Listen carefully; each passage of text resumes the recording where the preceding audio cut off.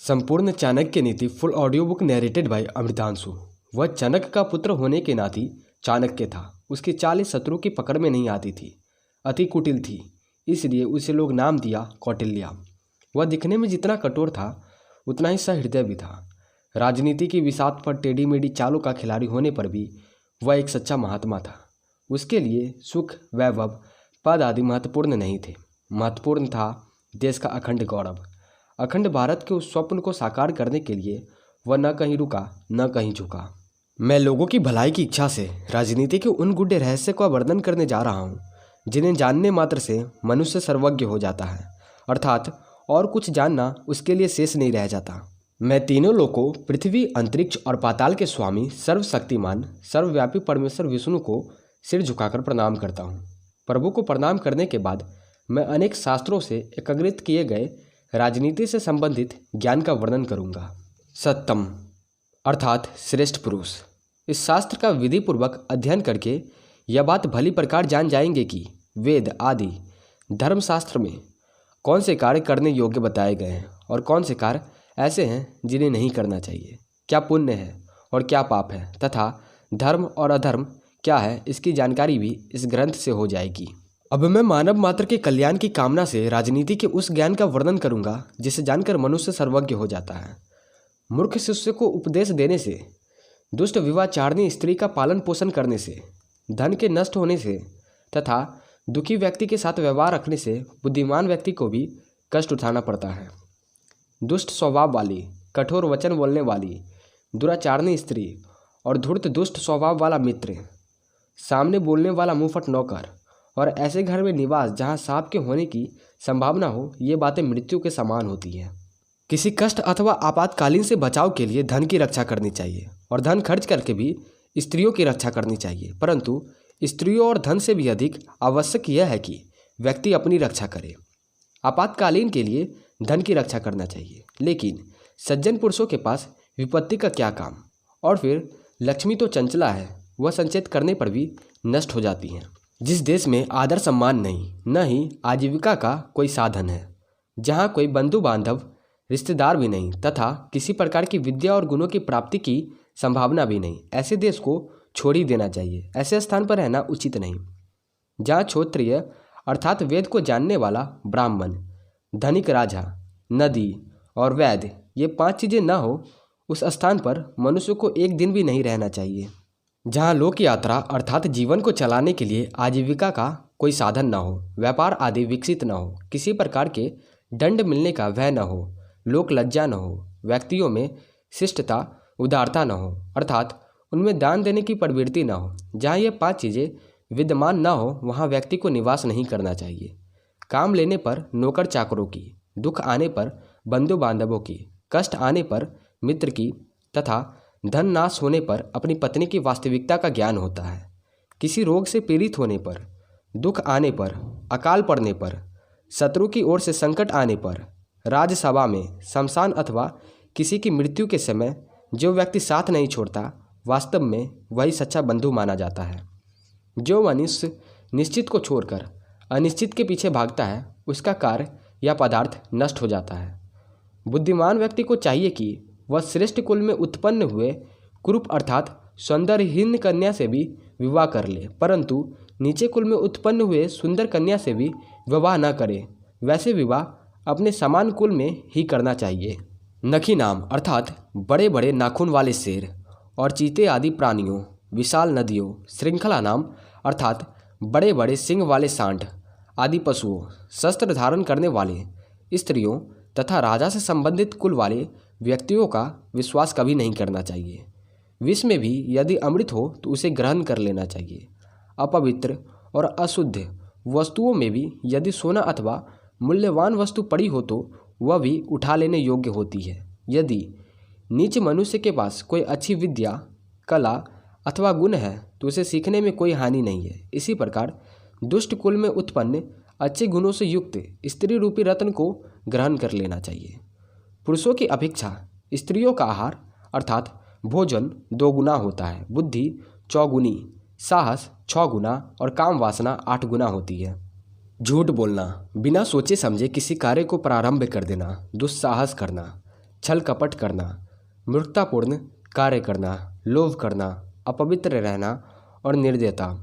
स्त्रियों में यह दोष पाए जाते हैं। वे सामान्य बात पर भी झूठ बोल सकती हैं, अपनी शक्ति का विचार न करके अधिक साहस दिखाती हैं, छल कपट पूर्ण कार्य करती हैं, मूर्खता, अधिक लोभ, अपवित्रता तथा निर्दयी होना, ये बातें हैं जो प्रायः स्त्रियों के स्वभाव में होती है। ये स्त्रियों के स्वाभाविक दोष है, अर्थात अधिकांश स्त्रियों में ये होती है। अब तो स्त्रियां शिक्षित होते जा रही हैं, समय बदल रहा है, लेकिन आज भी अधिकांश अशिक्षित स्त्रियां इन दोषों से युक्त हो सकती है। इन दोषों को स्त्री के समाज में स्थित और उसके परिणाम स्वरूप बने उनके मनोविज्ञान के संदर्भ में दिखाना चाहिए। भोजन के लिए अच्छे पदार्थ का प्राप्त होना, उन्हें खाकर पचाने की शक्ति होना, सुंदर स्त्री का मिलना, उसके उपभोग के लिए काम शक्ति होना, धन के साथ साथ दान देने की इच्छा होना, ये बातें मनुष्य को किसी महान तप के कारण प्राप्त होती है, जिसका बेटा वश में रहता है। पत्नी पति की इच्छा अनुरूप कार्य करती है, और जो व्यक्ति धन के कारण पूरी तरह संतुष्ट है, उसके लिए पृथ्वी ही स्वर्ग के समान है। पुत्र उन्हें ही कहा जा सकता है जो पिता के भक्त होते हैं। पिता भी वही है जो पुत्र का पालन पोषण करता है। इसी प्रकार मित्र भी वही है जिस पर विश्वास किया जा सकता है, और भार्या अर्थात पत्नी भी वही है जिससे सुख की प्राप्ति होती है। जो पीठ पीछे कार्य को बिगाड़े और सामने होने पर मीठी मीठी बातें बनाए, ऐसे मित्र को उस घड़े के समान त्याग देना चाहिए जिसके मुंह पर तो दूध भरा हुआ है परंतु अंदर विष हो। जो मित्र खोटा है उस पर विश्वास नहीं करना चाहिए। जो मित्र है उस पर भी अति विश्वास नहीं करना चाहिए, क्योंकि ऐसा हो सकता है कि वह मित्र कभी नाराज होकर सारी गुप्त बातें प्रकट कर दे। मन में सोचे हुए कार्य को वाणी द्वारा प्रकट नहीं करना चाहिए, परंतु मननपूर्वक भली प्रकार सोचते हुए उसकी रक्षा करनी चाहिए और चुप रहते हुए उस सोची हुई बात को कार्य रूप में बदल देना चाहिए। मूर्खता और जवानी निश्चित रूप से दुखदायक होती है। दूसरे के घर में निवास करना अर्थात किसी पर आश्रित होना तो अत्यंत कष्टदायक होता है। सभी पहाड़ों पर रत्न और मणियाँ नहीं मिलती, न ही प्रत्येक हाथी के मस्तक में गजमुक्ता नामक मणि होती है। प्रत्येक वन में चंदन भी उत्पन्न नहीं होता। इसी प्रकार सज्जन पुरुष सब स्थान पर नहीं मिलते हैं। बुद्धिमान लोगों को चाहिए कि वह अपने पुत्र और पुत्रियों को अनेक प्रकार के अच्छे गुणों से युक्त करे, उन्हें अच्छे कार्य में लगाए, क्योंकि नीति जानने वाले और अच्छे गुणों से युक्त सज्जन स्वभाव वाले व्यक्ति ही कुल में पूजनीय होते हैं। वे माता पिता बच्चों के शत्रु हैं जिन्होंने बच्चों को पढ़ाया लिखाया नहीं, क्योंकि अनपढ़ बालक विद्वानों के समूह में शोभा नहीं पाता, उसका सदैव तिरस्कार होता है। विद्वानों के समूह में उसका अपमान उसी प्रकार होता है जैसे हंसों के झुंड में बगुलों की स्थिति होती है। लाड़ दुलार से पुत्र में बहुत से दोष उत्पन्न हो जाते हैं। उनकी ताड़ना करने से अर्थात दंड देने से उनमें गुणों का विकास होता है। इसलिए पुत्रों और शिष्यों को अधिक लाड़ दुलार नहीं करना चाहिए, उनकी ताड़ना करते रहनी चाहिए। व्यक्ति को एक वेद मंत्र का अध्ययन, चिंतन अथवा मनन करना चाहिए। यदि वह पूरे मंत्र का चिंतन मनन नहीं कर सकता तो उसे आधे अथवा उसके एक भाग का, और यदि एक भाग का भी नहीं तो एक अक्षर का ही प्रतिदिन अध्ययन करे, ऐसा नीति शास्त्र का आदेश है। अपने दिन को व्यर्थ ना जाने दे। अध्ययन आदि अच्छे कार्यों को करते हुए अपने दिन को सार्थक बनाने का प्रयत्न करें। पत्नी का बिछड़ना, अपने बंधु बांधवों से अपमानित होना, कर्ज चढ़े रहना, दुष्ट अथवा बुरे मालिक की सेवा में रहना, निर्धन बने रहना, दुष्ट लोगों और स्वार्थियों की सभा अथवा समाज में रहना, ये सब ऐसी बातें हैं जो बिना अग्नि के शरीर को हर समय जलाती रहती है। जो वृक्ष बिल्कुल नदी के किनारे पैदा होती है, जो स्त्री दूसरे के घर में रहती है, और जिस राजा के मंत्री अच्छे नहीं होते हैं वे जल्दी ही नष्ट हो जाते हैं, इनमें कोई संशय नहीं है। ब्राह्मणों का बल विद्या है, राजाओं का बल उनकी सेना है, व्यापारियों का बल उनका धन और शूद्रों का बल दूसरों की सेवा करना है। वैश्या निर्धन पुरुषों को, प्रजा पराजित राजा को, पक्षी फलहीन वृक्षों को, और अचानक आया हुआ अतिथि भोजन करने के बाद घर को त्याग कर चले जाते हैं। ब्राह्मण दक्षिणा प्राप्त करने के बाद यजमान का घर छोड़ देते हैं। विद्या प्राप्त करने के बाद शिष्य गुरु के आश्रम से विदा ले लेता है। वन में आग लग जाने पर वहाँ रहने वाले हिरन आदि पशु उस जंगल को छोड़कर किसी दूसरे जंगल की ओर चल देते हैं। बुरे चरित्र वाले, अकारण दूसरों को हानि पहुंचाने वाले तथा गंदे स्थान पर रहने वाले व्यक्तियों के साथ जो पुरुष मित्रता करता है वह जल्द ही नष्ट हो जाता है। प्रेम व्यवहार बराबरी वाले व्यक्तियों में ही ठीक रहता है। यदि नौकरी करनी ही है तो राजा की नौकरी करनी चाहिए। कार्य अथवा व्यवसाय में सबसे अच्छा काम व्यापार करना है।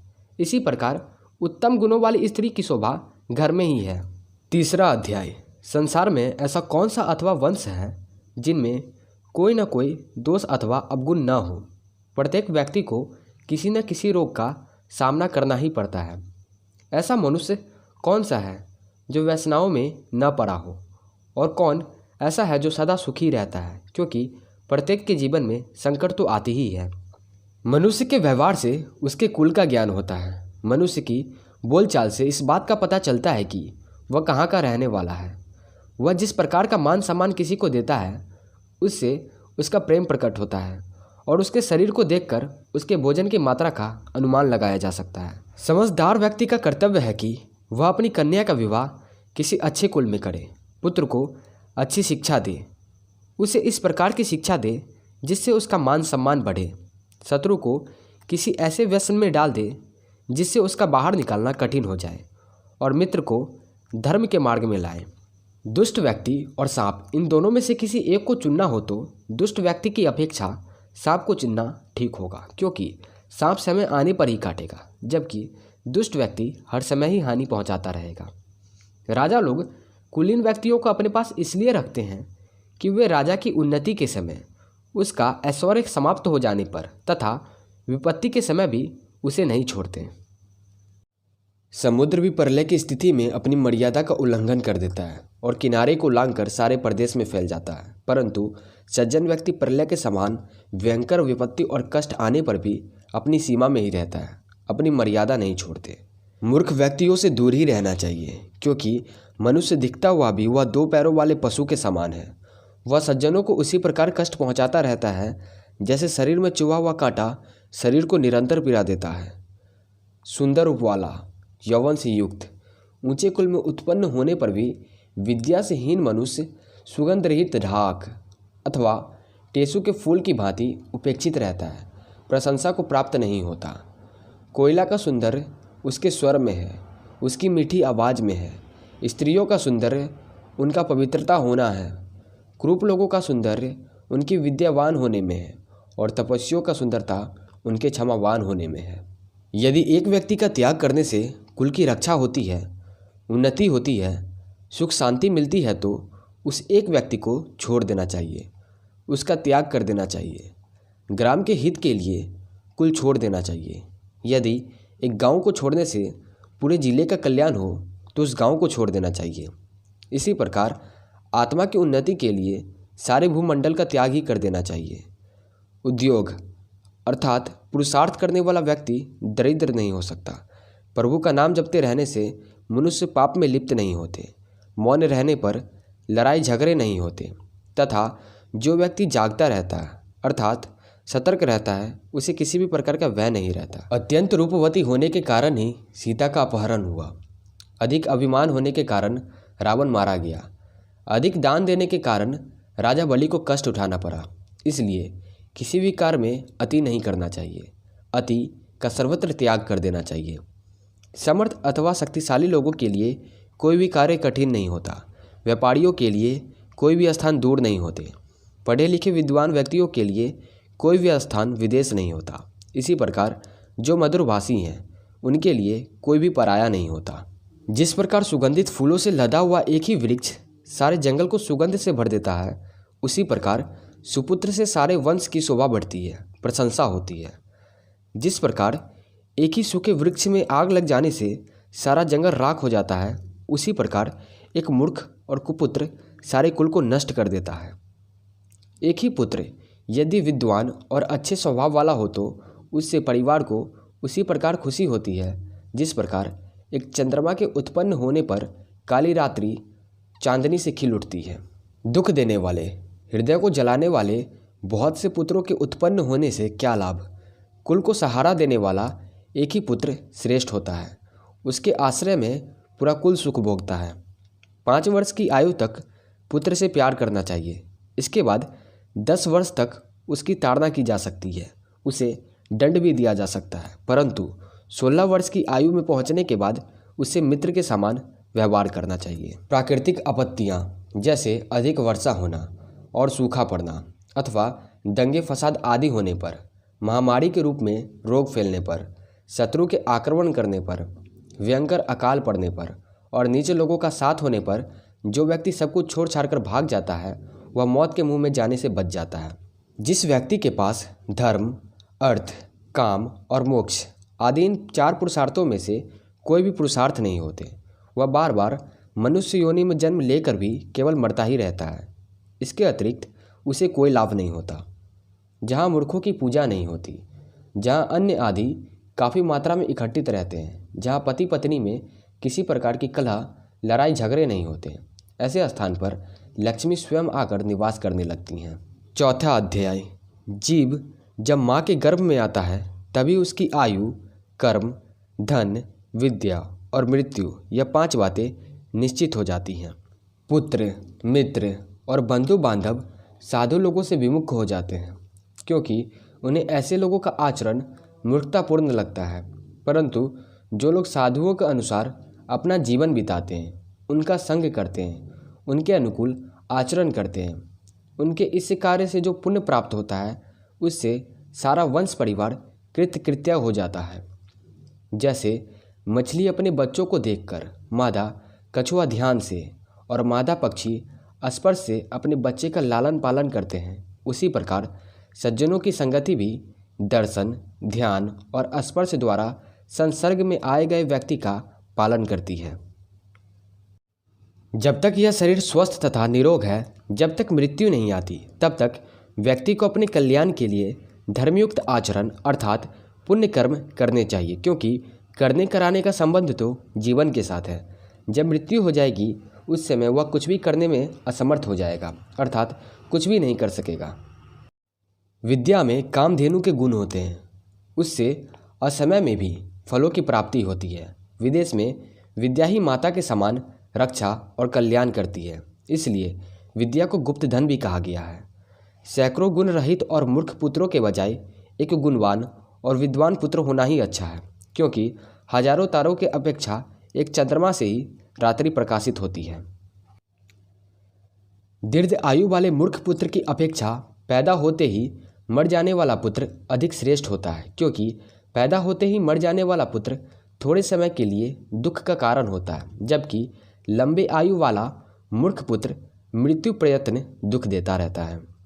अशिक्षित तथा अनुपयुक्त स्थान या ग्राम में रहना, नीच व्यक्ति की सेवा, अरुचि और पौष्टिकता से रहित भोजन करना, झगड़ालू स्त्री, मूर्ख पुत्र और विधवा कन्या, यह 6 बातें ऐसी है जो बिना अग्नि के ही शरीर को जलाते रहती है।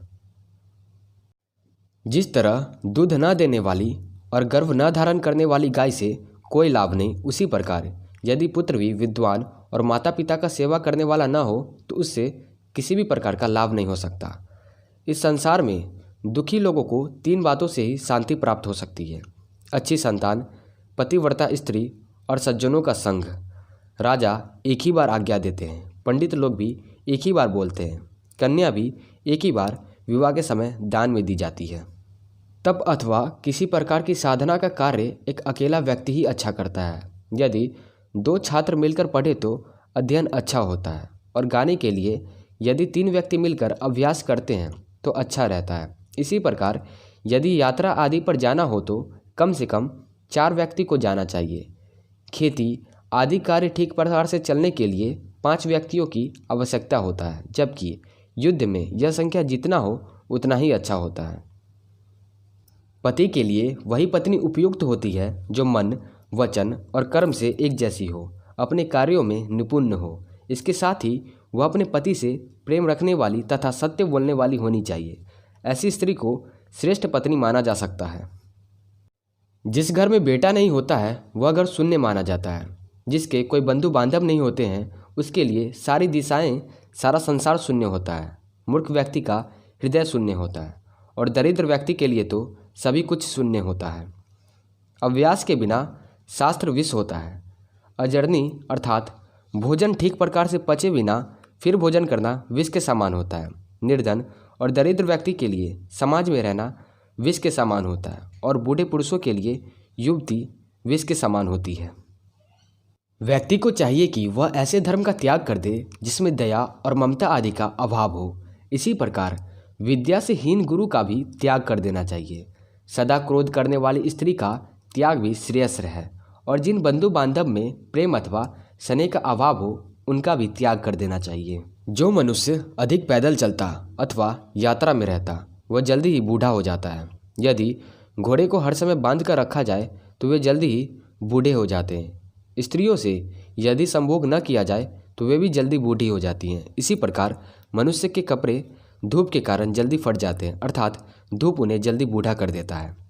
समझदार व्यक्ति को चाहिए कि इन बातों के संबंध में सदैव सोचते रहे, जैसे कि मेरा कैसा समय है, मेरे मित्र कितने हैं, मैं जिस स्थान पर रहता हूँ वह कैसा है, मेरा आय और व्यय कितना है, मैं कौन हूँ, मेरी शक्ति क्या है, अर्थात मैं क्या करने में समर्थ हूँ। जन्म देने वाला, यज्ञोपवीति कराने वाला गुरु, विद्यादान देने वाला अध्यापक, अन्न देने वाला और व्यय से मुक्त रहने वाला, यह 5 व्यक्ति पितर माने गए हैं। राजा की पत्नी, गुरु की पत्नी, मित्र की पत्नी, पत्नी की माता अर्थात सास और जन्म देने वाली अपनी माता, ये 5 माताएं मानी गई हैं, अर्थात इनका सम्मान माता के समान करनी चाहिए। न्याय करते समय भी इन संबंधों को माँ की परिभाषा में ही स्वीकार किया जाता है। ब्राह्मण, क्षत्रिय और वैश्या द्विजाति कहा गया है। इनका देवता यज्ञ है। मुनियों का देवता उनके हृदय में निवास करता है। मंद बुद्धि वालों के लिए मूर्ति ही देवता होती है। जो व्यक्ति समझदार है, जिनकी सम्मान दृष्टि है, वे परमेश्वर को सर्वत्र विद्वान मानते हैं। 5वां अध्याय ब्राह्मण, क्षत्रिय और वैश्या आदि द्विजों के लिए अग्निहोत्र गुरु के समान आदरणीय हैं। चारों वर्णों में ब्राह्मण सबसे अधिक श्रेष्ठ और आदरणीय हैं। स्त्रियों के लिए पति ही गुरु हैं और घर में आया हुआ अतिथि सभी के आदर सत्कार के योग्य माना गया है। जिस प्रकार सोने की परीक्षा 4 प्रकार से की जाती है, उसे कसौटी पर घिसा जाता है, काट कर देखा जाता है, तपाया जाता है और उसे कूट कर उसकी जांच की जाती है, उसी प्रकार मनुष्य कितना श्रेष्ठ है इसकी पहचान भी इन 4 बातों से ही की जाती है। संकट प्रत्येक मनुष्य पर आते हैं, परंतु बुद्धिमान व्यक्तियों को संकटों और आपत्तियों से तभी तक डरना चाहिए जब तक वे सिर पर ना आ जाएं। संकट और दुख आने पर तो व्यक्तियों को अपनी पूरी शक्ति से उन्हें दूर करने का प्रयत्न करना चाहिए। एक ही माता के पेट में और एक ही नक्षत्र में उत्पन्न हुए बालक गुण, कर्म और स्वभाव में एक समान नहीं होते। जैसे बेर वृक्ष के सभी फल और उनके कांटे एक जैसे नहीं होते, उनमें अंतर होता है। कोई भी अधिकारी लोभ रहित नहीं होता। श्रृंगार प्रेमी में काम वासना की अधिकता होती ही है। जो व्यक्ति चतुर नहीं वह मधुरभाषी भी नहीं हो सकता तथा साफ बात कहने वाला व्यक्ति कभी भी धोखेबाज नहीं होता। मूर्ख विद्वानों से वैर भाव रखते हैं। दरिद्र और निर्धन धनवानों को अपना शत्रु मानते हैं। वैश्या कुलीन स्त्रियों से देशभाव रखती हैं और विधवा स्त्रियां सुहागिन को अपना शत्रु मानती हैं। आलस्य के कारण विद्या नष्ट हो जाती है। दूसरे के हाथ में गई हुई स्त्रियां नष्ट हो जाती है। कम बीज डालने से खेत बेकार हो जाता है और सेनापति के मारे जाने पर सेना नष्ट हो जाती है। विद्या की प्राप्ति निरंतर अभ्यास से होती है। अभ्यास से ही विद्या फलवती होती है। उत्तम गुण और स्वभाव से ही कुल का गौरव और यश स्थिर रहता है। श्रेष्ठ पुरुष की पहचान सद्गुण से होती है। मनुष्य की आंखें देखकर क्रोध का ज्ञान हो जाता है। धन से धर्म की रक्षा की जाती है। विद्या को योग के द्वारा बचाया जा सकता है। मधुरता के कारण राजा को बचाया जा सकता है और अच्छी स्त्रियां घर की रक्षक होती हैं। विद्वान व्यक्ति के पंडिताई की निंदा करने वाले, शास्त्रों द्वारा कहे गए श्रेष्ठ आचरण को व्यर्थ बताने वाले, धीर, गंभीर और शांत रहने वाले व्यक्तियों को ढोंगी और पाखंडी बताने वाले लोग हमेशा दुख उठाते हैं। इस पर निंदा रूप कार्य से कोई लाभ नहीं होता। दान देने से दरिद्रता नष्ट होती है। अच्छे आचरण से कष्ट दूर होते हैं। मनुष्य की दुर्गति समाप्त होती है। बुद्धि से अज्ञान नष्ट होता है अर्थात मूर्खता नष्ट होती है और ईश्वर के भक्ति से भय दूर होता है। काम वासना के समान कोई रोग नहीं, मोह से भरा कोई शत्रु नहीं, क्रोध जैसी कोई आग नहीं और ज्ञान से बढ़कर इस संसार में सुख देने वाली कोई वस्तु नहीं। जिस प्रकार मनुष्य अकेला ही जन्म लेता है, उसी प्रकार अकेले ही उसे पाप और पुण्य का फल भी भोगना पड़ता है। अकेले ही अनेक प्रकार के कष्ट भोगने पड़ते हैं अर्थात अकेले ही उसे नरक का दुख उठाना पड़ता है और अकेले ही वह मोक्ष को प्राप्त होता है। जिसे ब्राह्मण ज्ञान है उसके लिए स्वर्ग तिनके के समान अर्थात तुच्छ है। शूरवीर के लिए जीवन तिनके के समान होता है। जितेंद्रियाँ अर्थात संयमी व्यक्ति के लिए स्त्री तिनके के समान होती है और इच्छा रहित मनुष्यों के लिए सारा संसार ही तिनके के समान है। विदेश में विद्या ही मनुष्य की सच्ची मित्र होती है। घर में अच्छे स्वभाव वाली और गुणवती पत्नी ही मनुष्य की सबसे अच्छी मित्र होती है। रोगी व्यक्ति की मित्र दवाई है और जो मनुष्य मर चुका है उसका धर्म कर्म ही उसका मित्र होता है। समुद्र में बारिश होना, भोजन से तृप्त हुए मनुष्य को फिर से भोजन कराना, धनी लोगों को दान देना और दिन में दीपक जलाना आदि बातें व्यर्थ और निरर्थक होती हैं। बादल के जल जैसा दूसरा कोई जल शुद्ध नहीं, आत्मबल के समान दूसरा कोई बल नहीं, नेत्र ज्योति के समान दूसरी कोई ज्योति नहीं और अन्न के समान दूसरा कोई प्रिय पदार्थ नहीं होता। धनहीन व्यक्ति को और अधिक धन पाना चाहता है। चौपाए अर्थात चार पैर वाले पशु चाहते हैं कि वे बोल सके। मनुष्य स्वर्ग चाहता है और देवता मोक्ष की कामना करते हैं। सत्य के कारण पृथ्वी स्थिर है। सूर्य भी सत्य के बल से प्रकाश देता है। सत्य से ही वायु बहती है। सब सत्य में ही स्थिर है। इस चराचर जगत में लक्ष्मी चलायमान अर्थात लक्ष्मी स्थिर नहीं रहती, नष्ट हो जाती है। प्राणी भी नाशवान है, जीवन और यौवन भी नष्ट होने वाले हैं। इस चराचर संसार में एकमात्र धर्म ही स्थिर है। मनुष्य में नाई सबसे अधिक चालक और होशियार होता है। पक्षियों में कौवा, चार पैरों वाले जानवर में गिद्ध और स्त्रियों में मालिन अत्यधिक चतुर होती है। छठा अध्याय। मनुष्य वेद आदि शास्त्रों को सुनकर धर्म के रहस्य को जान लेता है। विद्वानों की बात सुनकर दुष्ट व्यक्ति बुरे ढंग से सोचना छोड़ देता है। गुरु से ज्ञान प्राप्त कर मनुष्य संसार के बंधन से छूट जाता है। पक्षियों में कौवा, पशुओं में कुत्ता, मनुष्यों में क्रोध करने वाला और सामान्य जन में दूसरे लोगों की निंदा करने वाला व्यक्ति दुष्ट और चांडाल होता है। कांसे का बर्तन राख से मांजने पर, तांबा खटाई से, स्त्री रजस वाला होने के बाद तथा नदी का जल तीव्र वेग से शुद्ध होता है। अपनी प्रजा में घूम फिरकर उसकी स्थिति को जानने वाला राजा की प्रजा उसकी पूजा करती है। जो द्विज अर्थात विद्वान ब्राह्मण देश प्रदेश की भूमि पर ज्ञान का प्रचार करता है उसकी पूजा होती है। जो योगी सदा घूमता रहता है वह आदर सत्कार का भागी होता है, परंतु भ्रम करने वाली स्त्री भ्रष्ट हो जाती है।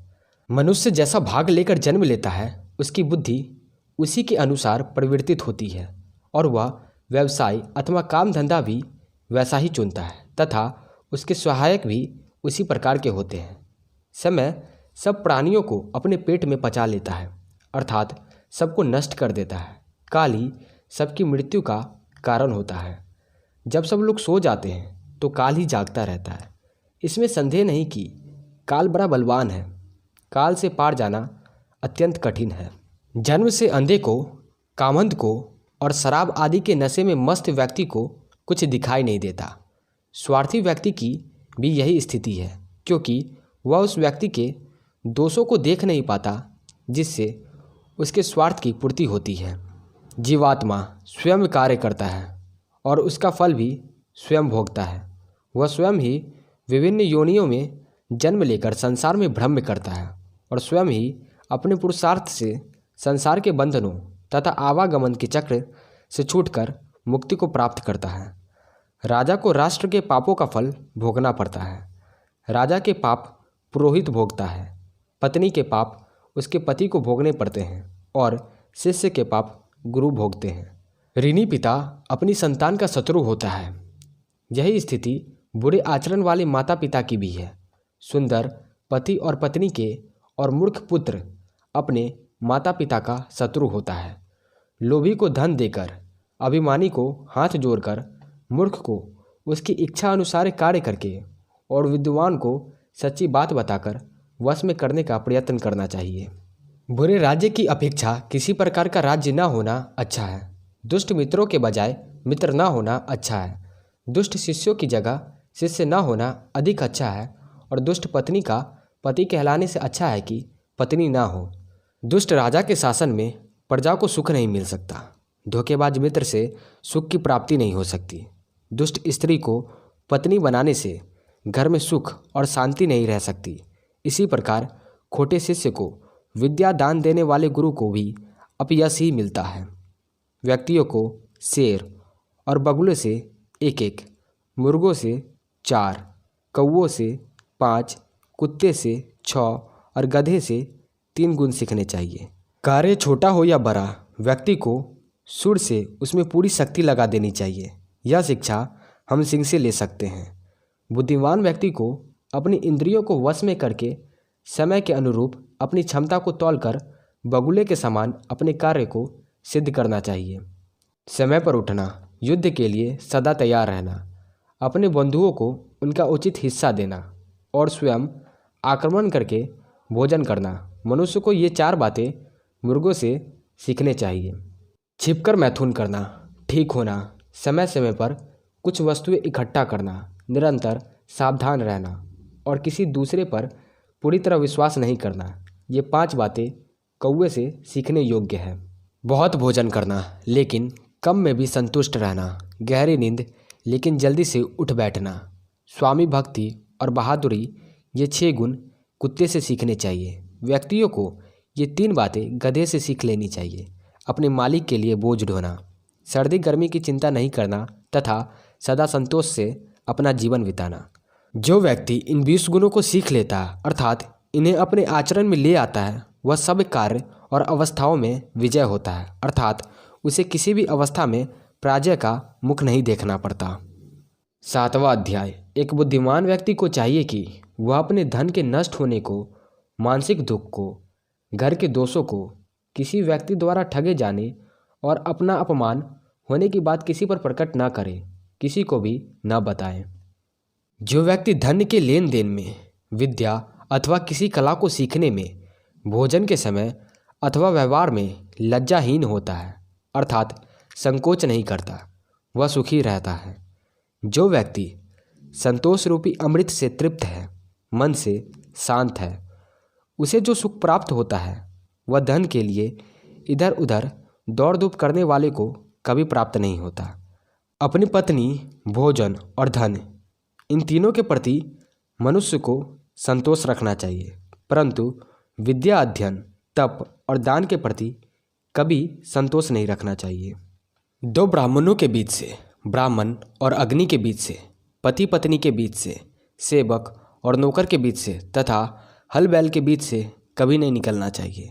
अग्नि, गुरु, ब्रह्मा, गाय, कुमारी कन्या, बूढ़ा आदमी और छोटे बच्चे, इन सब को पैर से कभी नहीं छूना चाहिए। बैलगाड़ी से 5 हाथ, घोड़े से 10 हाथ और हाथी से 100 हाथ दूर रहने में ही मनुष्य की भलाई है। लेकिन दुष्ट से बचने के लिए यदि स्थान विशेष का त्याग भी करना पड़े तो हिचकिचाना नहीं चाहिए। हाथी को अंकुश से वश किया जा सकता है, घोड़े को हाथ की थाप से सीधे रास्ते पर लाया जाता है, सींग वाले पशुओं को डंडा मारकर सीधे रास्ते पर लाया जा सकता है, परंतु दुष्ट व्यक्ति को हाथ में पकड़ी हुई तलवार से मारा जाना चाहिए क्योंकि वह वश में नहीं आता, उसे नष्ट ही करना होता है। ब्राह्मण भोजन से तृप्त हो जाता है। मोर बादलों के गरजने पर, सज्जन दूसरे को संपन्न और सुखी देखकर, परंतु दुष्ट दूसरे को विपत्ति में पड़ा देखकर प्रसन्न होते हैं। बलवान शत्रु को अनुकूल तथा दुर्जन शत्रु को प्रतिकूल व्यवहार द्वारा अपने वश में करे। इसी प्रकार अपने समान बल वाले शत्रु को विनम्रता या बल द्वारा जो भी उस समय उपयुक्त हो अपने वश में करने का प्रयत्न करना चाहिए। राजा का बल अथवा शक्ति उसकी भुजाओं का बल है, ब्राह्मण का बल उसका ज्ञान है, और स्त्रियों का बल रूप और यौवन के साथ साथ उसका सुमधुर व्यवहार है। मनुष्य को अत्यंत सरल और सीधा भी नहीं होना चाहिए। वन में जाकर देखो, सीधे वृक्ष काट दिए जाते हैं और टेढ़े मेढ़े गांठों वाले वृक्ष खड़े रहते हैं। जहाँ जल रहता है वहाँ हंस रहते हैं, और जब जल सूख जाता है तो उस स्थान को हंस छोड़ देते हैं। मनुष्य को हंस के समान स्वार्थी नहीं होना चाहिए, क्योंकि वे कभी त्याग करते हैं और कभी आश्रय लेते हैं। अर्जित अथवा कमाए हुए धन का त्याग करना अर्थात उसका ठीक ढंग से व्यय करना, उससे सार्थक लाभ उठाना ही उसकी रक्षा है। जिस प्रकार तालाब में भरे हुए जल को निकालते रहने से ही उस तालाब का पानी शुद्ध और पवित्र रहता है। संसार में जिसके पास धन है उसी के सब मित्र होते हैं, उसी के सब भाई बंधु और स्वजन होते हैं। धनवान व्यक्ति को ही श्रेष्ठ व्यक्ति माना जाता है। इस प्रकार वह आदरपूर्वक अपना जीवन बिताते हैं। स्वर्ग से आए संसार में आने वाले जीव के शरीर में 4 बातें चिन्ह के रूप में रहती है, अर्थात उसके 4 प्रमुख गुण होते हैं। उनमें दान देने की प्रवृत्ति होती है, वह मधुरभाषी होता है, देवताओं की पूजा अर्चना करता है, उनका आदर सत्कार करता है, और विद्वान ब्राह्मणों को सदैव तृप्त अर्थात संतुष्ट रखता है। नरक में रहने वाले जब देह धारण कर इस संसार में आते हैं तो उनमें ऊपर बताए गए चिन्हों के सर्वथा विपरीत चिन्ह होते हैं। वे मधुरभाषी होने के बजाय अत्यंत क्रोधी स्वभाव के होते हैं, कड़वी बात कहते हैं, वे निर्धन होते हैं, अपनी परिवारजनों तथा मित्रों से वे द्वेष भाव रखते हैं, उनकी संगति में नीच लोग रहते हैं और वे नीच कुल वाले की सेवा करते हैं।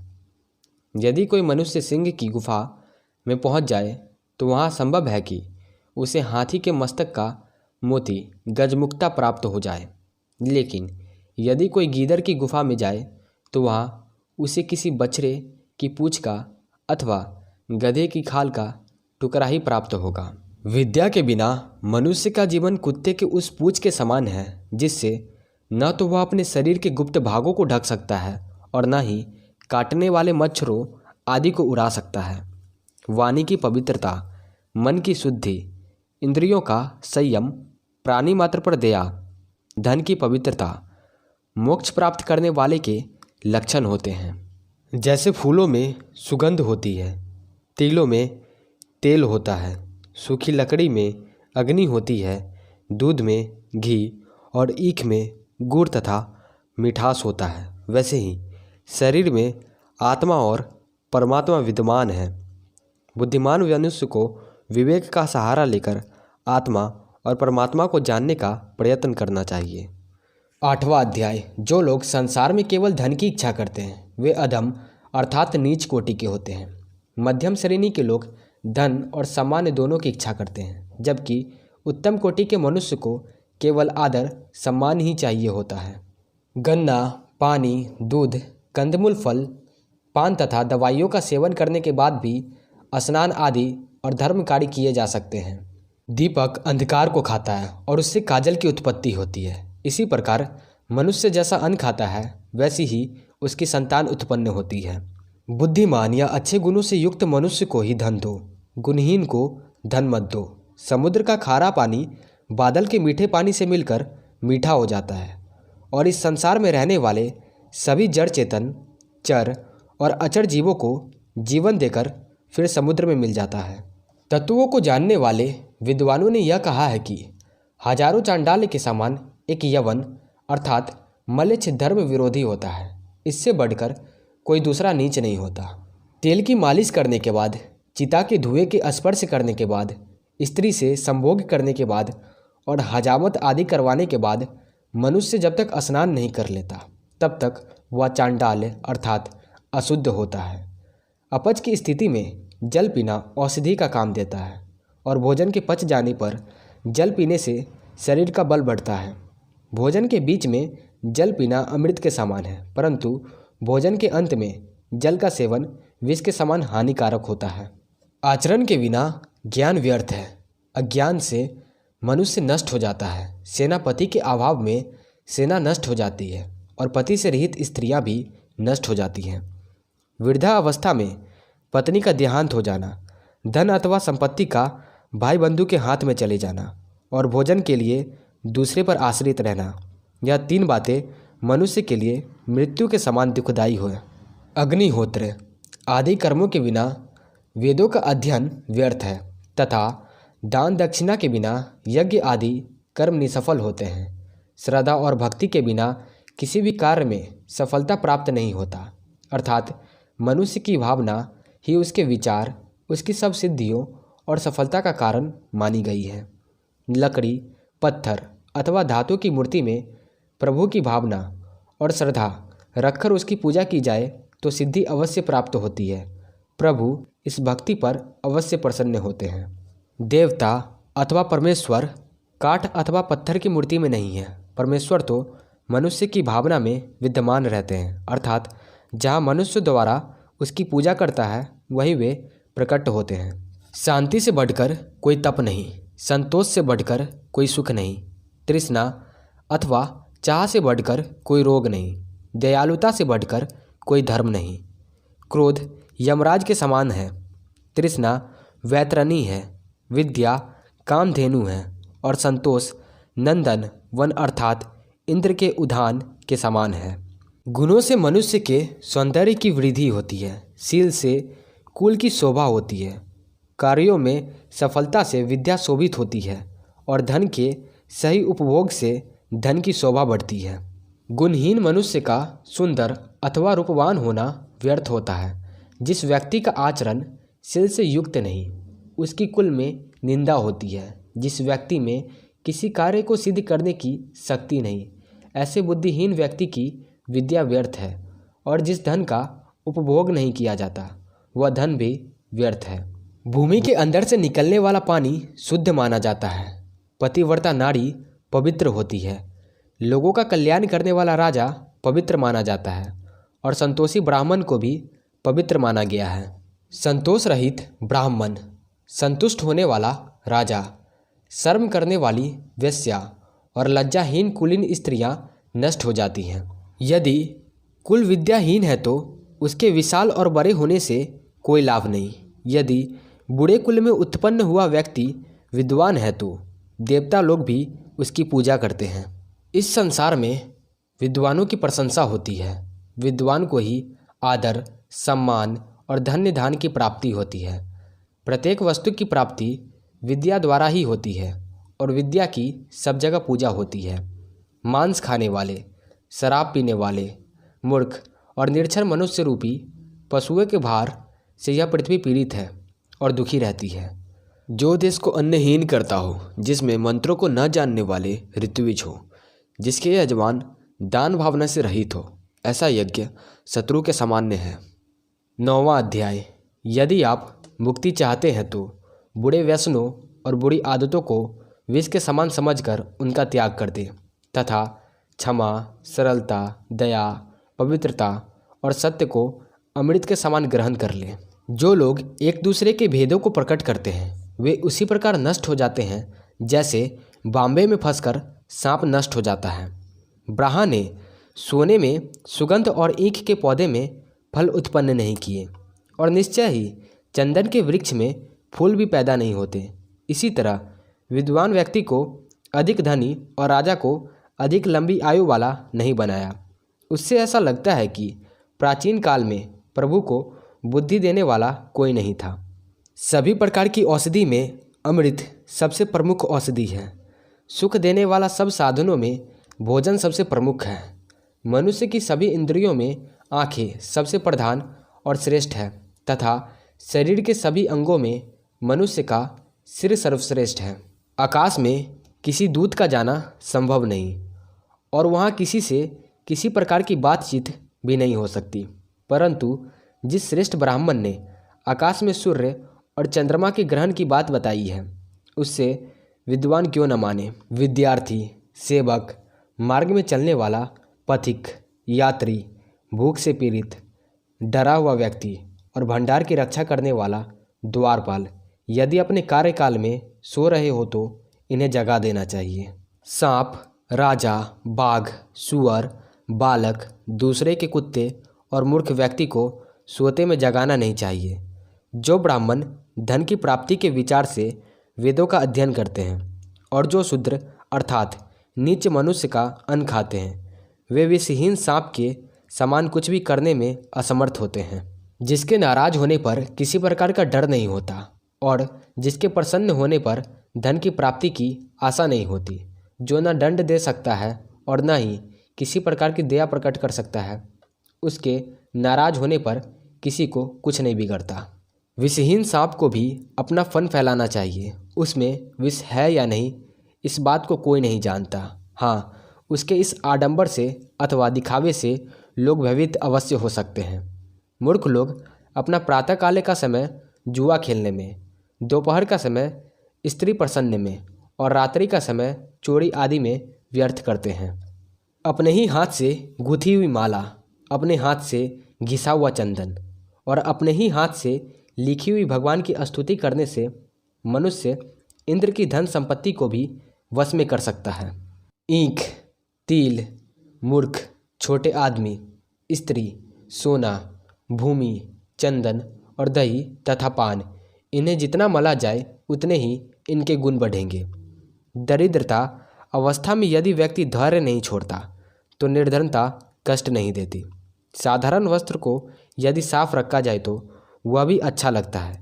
यदि सामान्य भोजन जिसे पुष्टिकारक ना माना जाए तब भी ताज़ा और गर्म खाया जाए तो अच्छा लगता है। इसी प्रकार सुशीलता आदि गुणों के होने पर कुरूपता बुरी नहीं लगती।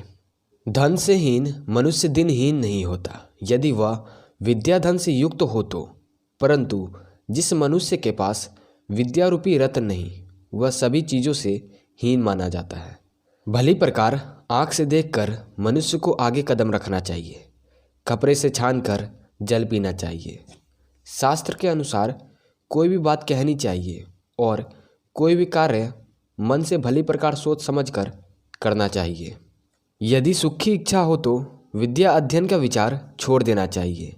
यदि विद्यार्थी विद्या सीखने की इच्छा रखता है तो उसे सुख और आराम का त्याग कर देना चाहिए, क्योंकि सुख चाहने वाले को विद्या प्राप्त नहीं हो सकती और जो विद्या प्राप्त करना चाहता है उसे सुख नहीं मिल सकता। कवि अपनी कल्पना से क्या नहीं देख सकते हैं, अर्थात सभी कुछ देख सकते हैं, और स्त्रियां क्या नहीं कर सकती हैं, वे सभी प्रकार की मनमानी कर सकती हैं। नशे में चूर व्यक्ति क्या नहीं बोल सकता है, अर्थात कुछ भी बोल सकता है, और कौवा क्या नहीं खाता है। भाग्य की महिमा अपरंपार है, क्योंकि वह निर्धन अर्थात भिखारी को भी पल में राजा बना सकता है और राजा को कंगाल। इसी तरह भाग्य के ही कारण धनवान व्यक्ति निर्धन बन जाता है और निर्धन धनवान। मांगने वाला लोभी मनुष्य का शत्रु होता है।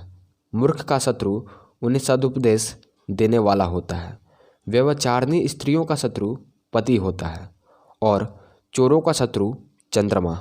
जिस मनुष्य के पास न विद्या है न ही जिन्होंने किसी प्रकार का तप किया है, जिनमें न दान देने की प्रवृत्ति है, न ज्ञान, दया और नम्रता आदि भी नहीं है, गुण और धर्मचरण की भावना भी नहीं है, ऐसे मनुष्य पशु के रूप में इस संसार में विचरते हैं।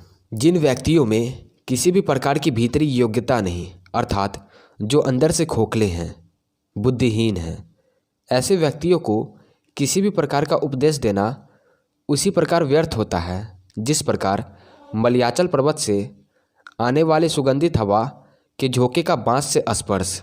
जिस व्यक्ति के पास अपनी बुद्धि नहीं, शास्त्र उसका क्या कर सकेगा। आँखों से रहित को दर्पण का कोई लाभ नहीं हो सकता।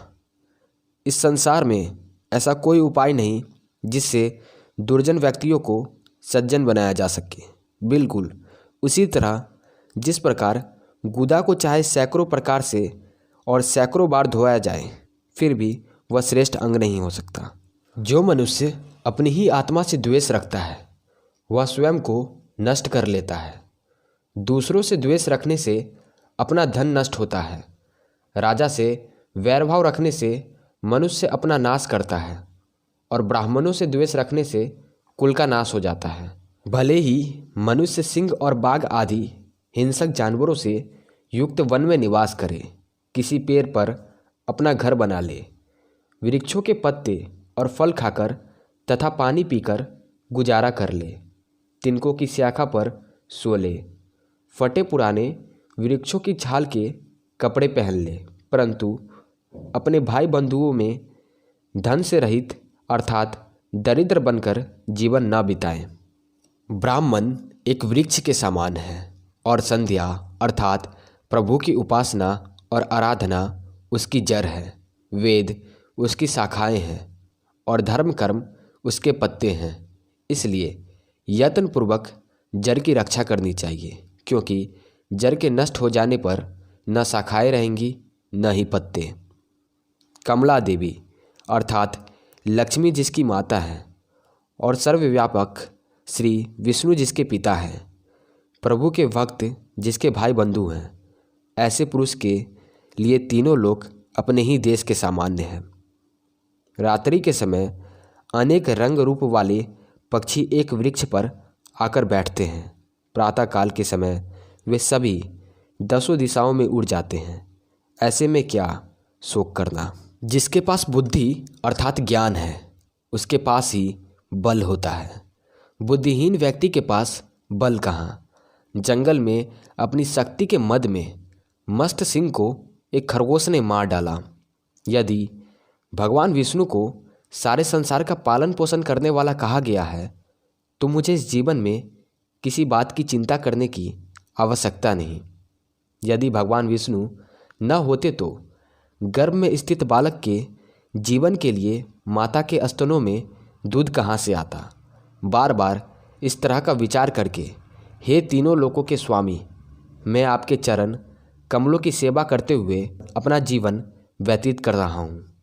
संस्कृत के अतिरिक्त मैं दूसरे भाषाओं का भी लोभी हूँ। जैसे स्वर्ग में विद्यमान देवताओं को अमृत की प्राप्ति के बाद भी स्वर्ग की अप्सराओं के होठों के रस का पान करने में रुचि रहती है। अन्न से 10 गुना अधिक शक्ति उसके आटे में है। आटे से 10 गुना अधिक शक्ति दूध में है। दूध से 8 गुना अधिक शक्ति मांस में है और मांस से 10 गुना अधिक शक्ति घी में है। साग खाने से रोग बढ़ते हैं। दूध से शरीर मोटा होता है। घी से वीर्य की वृद्धि होती है और मांस से मांस बढ़ता है। 11वां अध्याय। दान देने की इच्छा, मधुर भाषण, धैर्य और उचित अथवा अनुचित का ज्ञान, ये 4 गुण मनुष्य में सहज स्वभाव से ही होते हैं। अभ्यास से इन्हें प्राप्त नहीं किया जा सकता। जो मनुष्य अपने समुदाय के लोगों को छोड़कर दूसरे के समुदाय का सहारा लेते हैं, वह उसी प्रकार नष्ट हो जाते हैं जैसे दूसरे का धर्म का आश्रय लेने वाला राजा। हाथी लंबे चौड़े शरीर वाला होता है, परंतु उसे बहुत छोटे से अंकुश द्वारा वश में किया जाता है। दीपक जलने पर अंधकार नष्ट होता है, तो क्या अंधकार दीपक के आकार का होता है? हथौड़ी की चोट करने से बड़े बड़े पर्वत गिर पड़ते हैं, तो क्या पर्वत का आकार प्रकार हथौड़ी से छोटा होता है? प्रत्येक वस्तु अपने तेज के कारण ही बलवान होता है। लंबा चौड़ा शरीर कोई मायने नहीं रखता। लोग ऐसा मानते हैं कि कलयुग के 10,000 वर्ष समाप्त होने के बाद परमात्मा पृथ्वी का त्याग कर देते हैं। उसके आधे अर्थात 5,000 वर्ष समाप्त होने पर गंगा का जल पृथ्वी को छोड़ देता है और उसके आधे वर्ष समाप्त होने पर गांव का देवता गांव छोड़कर चला जाता है। जिस व्यक्ति के घर में अधिक आसक्ति है, घर में अधिक मोह और लगाव है, उसे विद्या की प्राप्ति नहीं हो सकती। जो लोग मांस खाते हैं उनमें दया नहीं, जो धन की लोभी होते हैं उनमें सत्य नहीं होता, तथा दुराचारी, व्यभिचारी और भोग विलास में लगे रहने वाले मनुष्य में पवित्रता का अभाव रहता है। जिस प्रकार नीम के वृक्ष को दूध और घी से सींचने पर भी उनमें मिठास पैदा नहीं होते, उसी प्रकार दुर्जन व्यक्ति को अनेक प्रकार से समझाने बुझाने पर भी सज्जन नहीं हो पाता।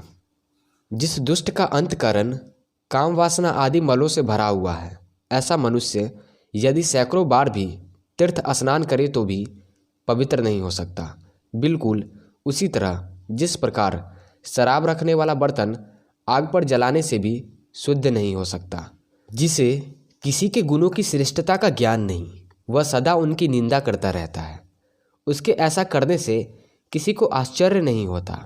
जैसे भीलनी हाथी के मस्तक पर उत्पन्न होने वाली गजमुक्ता को छोड़कर धुंधचियों की माला ही धारण करती है। जो व्यक्ति पूरे वर्ष तक मौन रहकर चुपचाप भोजन करता है, वह 1 करोड़ वर्ष तक स्वर्ग में आदर सम्मान प्राप्त करता है।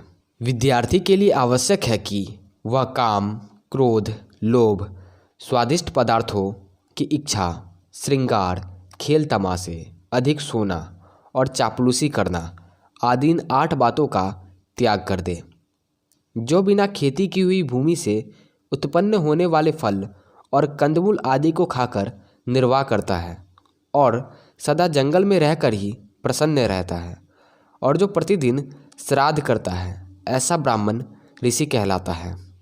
एक समय के भोजन करने से जो संतुष्ट है, जो नित्य अपने कर्तव्यों को पूरा करता रहता है, स्त्री का संग ऋतुकाल में केवल संतान की उत्पत्ति करने के लिए ही करता है, उपभोग के लिए नहीं, ऐसे ब्राह्मण को ही द्विज कहा जाता है। सदा संसारिक कार्यों में संलग्न, पशुओं के पालक, व्यापार और खेती आदि करने वाले ब्राह्मण को वैश्य कहा जाता है। जो ब्राह्मण वृक्षों की लाख, तेल, नील, कपड़े आदि रंगने का रंग, शहद, घी, शराब, मांस आदि चीज़ों का व्यापार करता है, उसे शूद्र कहते हैं। जो दूसरे के कार्य को बिगाड़ता है, ढोंगी है, अपना ही स्वार्थ सिद्ध करने में लगा रहता है, दूसरों को धोखा देता है, सबसे द्वेष करता है, ऊपर से दिखने में अत्यंत नम्र और अंदर से पैनी छुरी के सामान्य है, ऐसे ब्राह्मण को बिलाव कहा गया है। जो ब्राह्मण पानी के स्थानों, बावड़ी, कुआं, तालाब, बाग बगीचे और मंदिरों में तोड़फोड़ करने से किसी प्रकार का भय न अनुभव करते हो, उन्हें मलेच्छ कहा जाता है। जो देवताओं और गुरु के धन को चुरा लेता है, दूसरों की स्त्रियों के साथ सहवास करता है और जो सभी तरह के प्राणियों के साथ अपना जीवन गुजार लेता है, उस ब्राह्मण को चांडाल कहा जाता है।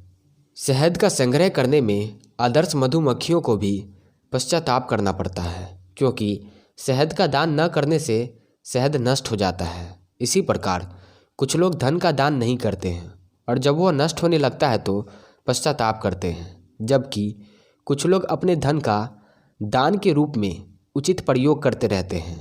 राजा बलि, कर्ण और विक्रमादित्य दान करने के कारण ही आज तक समाज में सम्मान के पात्र हैं। 12वां अध्याय। उसी का घर सुखी हो सकता है जिसके पुत्र और पुत्रियां अच्छे बुद्धि से युक्त हों, जिसकी पत्नी मृदुभाषिणी हो, जिसके पास परिश्रम हो, ईमानदारी से पैदा किया हुआ धन हो, अच्छे मित्र हो, अपनी पत्नी के प्रति प्रेम और अनुराग हो, नौकर चाकर आज्ञा का पालन करने वाले हो, जिस घर में अतिथियों का आदर सम्मान होता है, कल्याणकारी परमेश्वर की उपासना होती है, घर में प्रतिदिन अच्छे मीठे भोजन और मधुर पेयों की व्यवस्था होती है, सदा सज्जनों पुरुष का संग अथवा संगीत करने का अवसर मिलता है, ऐसा गृहस्थ आश्रम धन्य है, प्रशंसा के योग्य है। दयालु और करुणा से युक्त मनुष्य दुखी ब्राह्मण को श्रद्धा से जो भी कुछ दान में देता है, हे राजन, वह दान देने वाले को उतना ही प्राप्त नहीं होता। प्रभु की कृपा से उसमें काफ़ी वृद्धि होती है और वह दान देने वाले को भली प्रकार मिलता जाता है।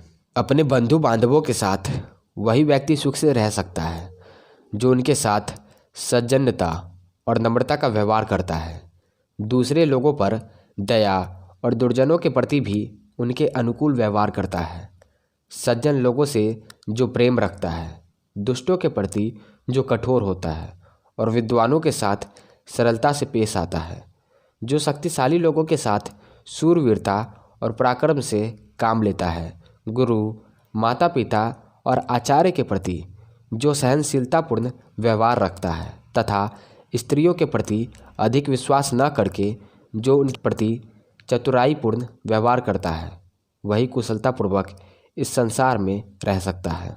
जिसके दोनों हाथ कभी दान आदि के कार्य में नहीं लगे हैं, अर्थात जिसने जीवन में कभी दान न दिया हो, कानों से वेद आदि शास्त्रों का श्रवण न किया हो, अर्थात उनसे द्वेष करता हो, अपने दोनों नेत्रों से सज्जन पुरुषों के दर्शन नहीं किए, पैरों से तीर्थ यात्रा नहीं की, माता पिता तथा आचार्य की सेवा के लिए जो उनके पास कभी नहीं गए, जिसने अन्याय से धन इकट्ठा करके अपनी आजीविका चलाई, इतने पर भी जो आदमी अभिमान से सिर ऊंचा उठाकर चलता है, ऐसे व्यक्ति के लिए चाणक्य कहते हैं कि हे गीदड़ के सामान्य नीच मनुष्य, तू तो नीच लोगों से भी नीच है, तू अत्यंत निंदनीय है। इसलिए जितनी जल्दी हो सके इस नीच शरीर को त्याग दे, अर्थात तेरे इस प्रकार के जीवन से तेरा मर जाना अति उत्तम है। यदि करील नामक पौधे पर पत्ते नहीं निकलते तो इसमें वसंत ऋतु का क्या दोष? यदि उल्लू को दिन में दिखाई नहीं देता तो इसमें सूर्य का क्या दोष? यदि चातक की चोंच में वर्षा का पानी नहीं टिकता तो इसमें बादल का क्या दोष? संसार को बनाने वाले ब्रह्मा ने मनुष्य के भाग में जो कुछ भी लिख दिया है उसे कोई भी नहीं मिटा सकता, वह उसे अवश्य भोगना पड़ता है। सज्जनों के सत्संग से दुर्जन मनुष्य भी सज्जन हो सकता है, परंतु सज्जन पुरुषों में दुष्टों की संगति से दुष्टता वैसे ही नहीं आती। जैसे फूल से उत्पन्न होने वाली सुगंध मिट्टी में तो आ जाती है, परंतु मिट्टी की गंध फूल में नहीं आ पाती। सज्जन पुरुषों के दर्शन से पुण्य प्राप्त होता है, क्योंकि साधु पुरुष अपने आप में साक्षात तीर्थ स्वरूप होते हैं। तीर्थ तो अपने समय के अनुसार ही फल देता है, परंतु साधुओं का संग करने से जल्दी ही मन की आशाएं पूर्ण हो जाती हैं। कोई राही अथवा यात्री किसी नगर में पहुंचकर किसी ब्राह्मण से पूछता है कि हे ब्राह्मण, मुझे बताओ कि इस नगर में सबसे अधिक महान कौन है? उस ब्राह्मण ने उत्तर दिया, ताड़ के वृक्षों का झुंड। यात्री ने फिर प्रश्न किया कि इस नगर में दाता कौन है? उसे उत्तर मिला, धोबी ही यहाँ का सबसे बड़ा दाता है, जो प्रातःकाल कपड़े धोने अथवा रंगने के लिए ले जाता है और सायंकाल में लौटा देता है। यात्री ने फिर पूछा कि इस नगर में चतुर व्यक्ति कौन है?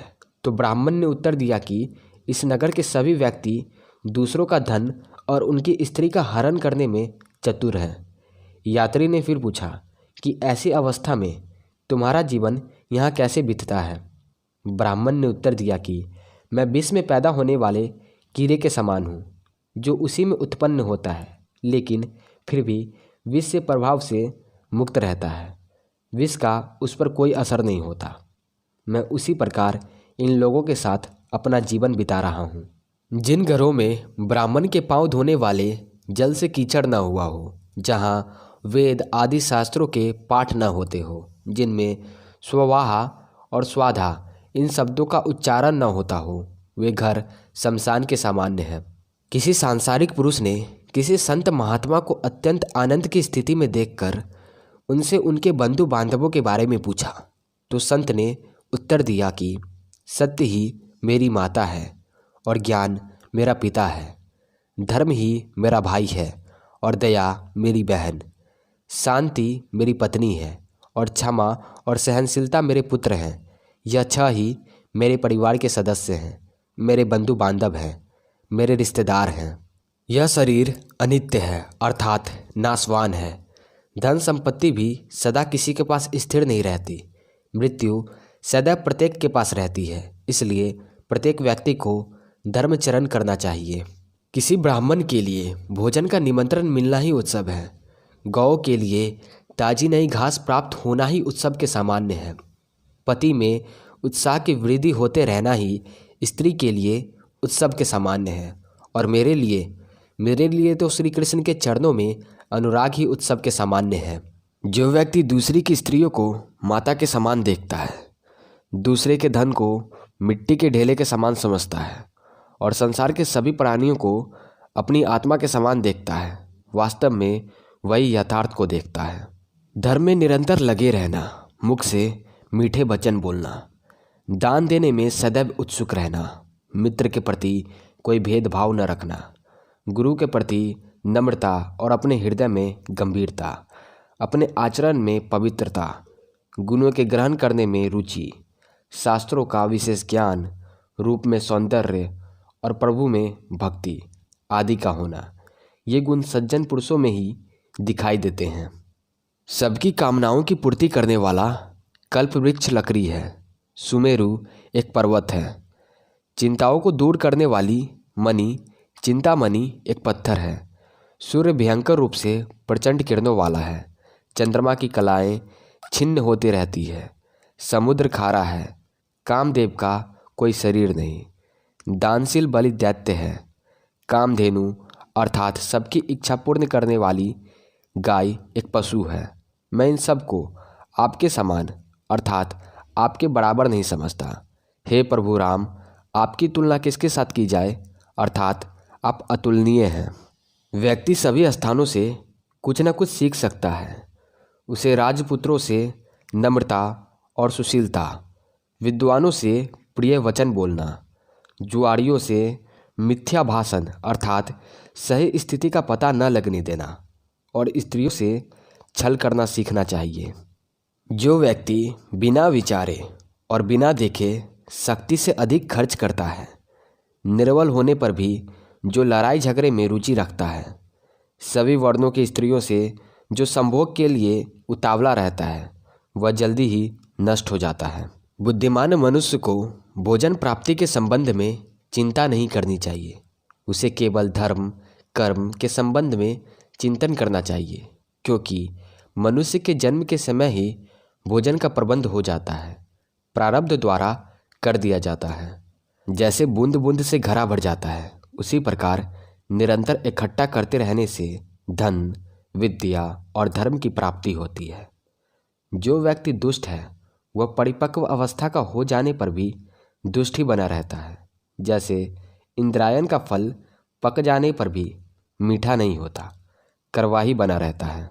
13वां अध्याय। मनुष्य को यदि एक मुहूर्त अर्थात 48 मिनट का जीवन मिले तो उसे उत्तम और पुण्य कार्य करते हुए जीवित रहना चाहिए, क्योंकि ऐसा ही जीवन उत्तम है। परंतु इस लोक और परलोक में दुष्ट कर्म करते हुए हजारों वर्ष जीना भी व्यर्थ है। जो बातें बीत चुकी है उन पर शोक नहीं करना चाहिए और भविष्य की चिंता नहीं करनी चाहिए। बुद्धिमान लोग वर्तमान समय के अनुसार कार्य में लगे रहते हैं। देवता, सज्जन और पिता स्वभाव से संतुष्ट होते हैं, बंधु बांधव अच्छे खान पान से, जबकि पंडित मधुर भाषण से ही प्रसन्न हो जाते हैं। महात्माओं और सज्जनों का चरित्र बड़ा विचित्र होता है। वे धन को तिनके के समान समझते हैं, परंतु तब उसके भार से वह झुक जाते हैं अर्थात विनम्र बन जाते हैं जब वह आता है। जिसका किसी के प्रति स्नेह अथवा प्रेम होता है, उसी से उसको भय भी होता है। स्नेह अथवा प्रेम ही दुख का आधार है। स्नेह ही सारे दुखों का मूल्य कारण है। इसलिए उन स्नेह बंधनों को त्याग कर सुखपूर्वक रहने का प्रयत्न करना चाहिए। आने वाले कष्टों को दूर करने के लिए जो पहले से ही तैयार रहता है और जो विपत्ति आने पर उसे दूर करने का उपाय सोच लेता है, ये दोनों प्रकार के व्यक्ति अपने सुख की वृद्धि करते हैं अर्थात सुखी रहते हैं। तथा जो यह सोचता है कि जो भाग्य में लिखा है वही होगा, ऐसा व्यक्ति नष्ट हो जाता है। राजा के धर्म तमा होने पर प्रजा भी धार्मिक आचरण करती है। राजा के पापी होने पर प्रजा भी पाप में लग जाती है। राजा उदासीन रहता है तो प्रजा भी उदासीन रहने लगती है, क्योंकि प्रजा वैसे ही आचरण करती है जैसा राजा करता है। चाणक्य कहते हैं कि मैं धर्म से रहित अधर्मी व्यक्ति को जीवित रहने पर भी मरे हुए के समान समझता हूँ, जबकि धर्मयुक्त मनुष्य मृत्यु के बाद भी जीवित रहता है। इस बात में किसी प्रकार का संदेह नहीं। जिस मनुष्य के पास धर्म, अर्थ, काम और मोक्ष इन चारों में से एक भी चीज़ नहीं, उसका जन्म बकरी के गले में लटके हुए स्तनों के समान निरर्थक होता है। नीच मनुष्य दूसरे व्यक्ति के यश को बढ़ता हुआ देखकर उसकी यश रूपी कीर्ति से जलते हैं और जब उस पद को प्राप्त करने में असमर्थ रहते हैं तब उस व्यक्ति की निंदा करने लगते हैं। मनुष्य अपने विचारों के कारण ही अपने आप को बंधनों में फंसा हुआ मानता है और अपने विचारों के कारण ही अपने आप को बंधनों से मुक्त समझता है। विषय वासनाएं ही मनुष्य के बंधन के कारण हैं और विषय वासनाओं से मुक्त होकर ही मनुष्य को मोक्ष प्राप्त होता है। अपने शरीर के अभिमान से नष्ट हो जाने पर, अपने आप को परमात्मा से युक्त जान लेने पर मन जहाँ जहाँ जाता है वहाँ वहाँ ही उसे समाधि से युक्त समझना चाहिए। मनुष्य के मन की सभी इच्छाएं कभी भी पूर्ण नहीं होती, क्योंकि वे सभी भाग्य के अधीन हैं। इसलिए मनुष्य को अपने जीवन में संतोष धारण करना चाहिए। जिस प्रकार हजारों गायों में बछड़ा केवल अपनी माँ के पास ही जाता है, उसी प्रकार जो कर्म किया जाता है वह कर्म करने वाले के पीछे पीछे चलता है। बेढंगे काम करने वाले को न समाज में सुख मिलता है न ही जंगल में। ऐसे व्यक्ति को समाज में मनुष्य का संसर्ग दुखी करता है, जबकि जंगल में अकेलापन। जैसे फावड़े से खोदने पर पृथ्वी से जल प्राप्त होता है, वैसे ही गुरु की सेवा करने वाला विद्यार्थी विद्या को प्राप्त करता है। मनुष्य को कर्मों के अनुसार ही फल मिलता है और मनुष्य की बुद्धि भी कर्मों के अनुसार ही कार्य करती है। इतने पर भी बुद्धिमान और सज्जन भली भांति सोच विचार कर ही कार्य करते हैं। एक अक्षर मंत्र देने वाले गुरु की जो वंदना नहीं करता, वह कुत्ते की योनि में 100 बार जन्म लेकर फिर चंडाल के घर में उत्पन्न होता है। एक युग के अनंत में सुमेरु पर्वत भी अपने स्थान पर स्थिर नहीं रहता। कल्प के अनंत में समुद्र भी अपनी सीमाएं लांघकर इस संसार को कष्ट में डाल देता है, परंतु श्रेष्ठ पुरुष अपने हाथ में लिए हुए कार्य को पूरा करने की प्रतिज्ञा से विचलित नहीं होते हैं। 14वां अध्याय। इस पृथ्वी पर 3 ही रत्न हैं, जल, अन्न और हितकारी वचन, परंतु मूर्ख लोग पत्थर के टुकड़े को रत्न कहते हैं। दरिद्रता, रोग, दुख, बंधन तथा आपत्तियां, ये सब मनुष्य के अधर्म रूपी वृक्ष के फल हैं। धन भी पुनः प्राप्त हो सकता है, मित्र भी मिल सकते हैं, पत्नी भी फिर से मिल सकती है। ये सब वस्तुएं मनुष्य को बार बार प्राप्त हो सकती है, परंतु यह शरीर बार बार प्राप्त नहीं हो सकता। निश्चित रूप से बहुत से मनुष्य मिलकर शत्रु को जीत सकते हैं। मनुष्यों का समुदाय अर्थात उनका संगठन शत्रु को जीतने में उसी प्रकार सफल रहता है जिस प्रकार इकट्ठे किए हुए तिनके जल की धारा को रोक देते हैं, अर्थात घास फूस का छप्पर वर्षा के पानी से रक्षा करता है। जल पर तेल, दुष्ट व्यक्ति के पास गुप्त वर्ता, सुपात्र व्यक्ति को दिया गया दान, बुद्धिमान का शास्त्र ज्ञान, ये सभी बातें ऐसी हैं जो पूरी होने पर वस्तु की शक्ति अर्थात विशेषता से बिना किसी प्रयास के स्वयं फैल जाती है, इनका विस्तार हो जाता है।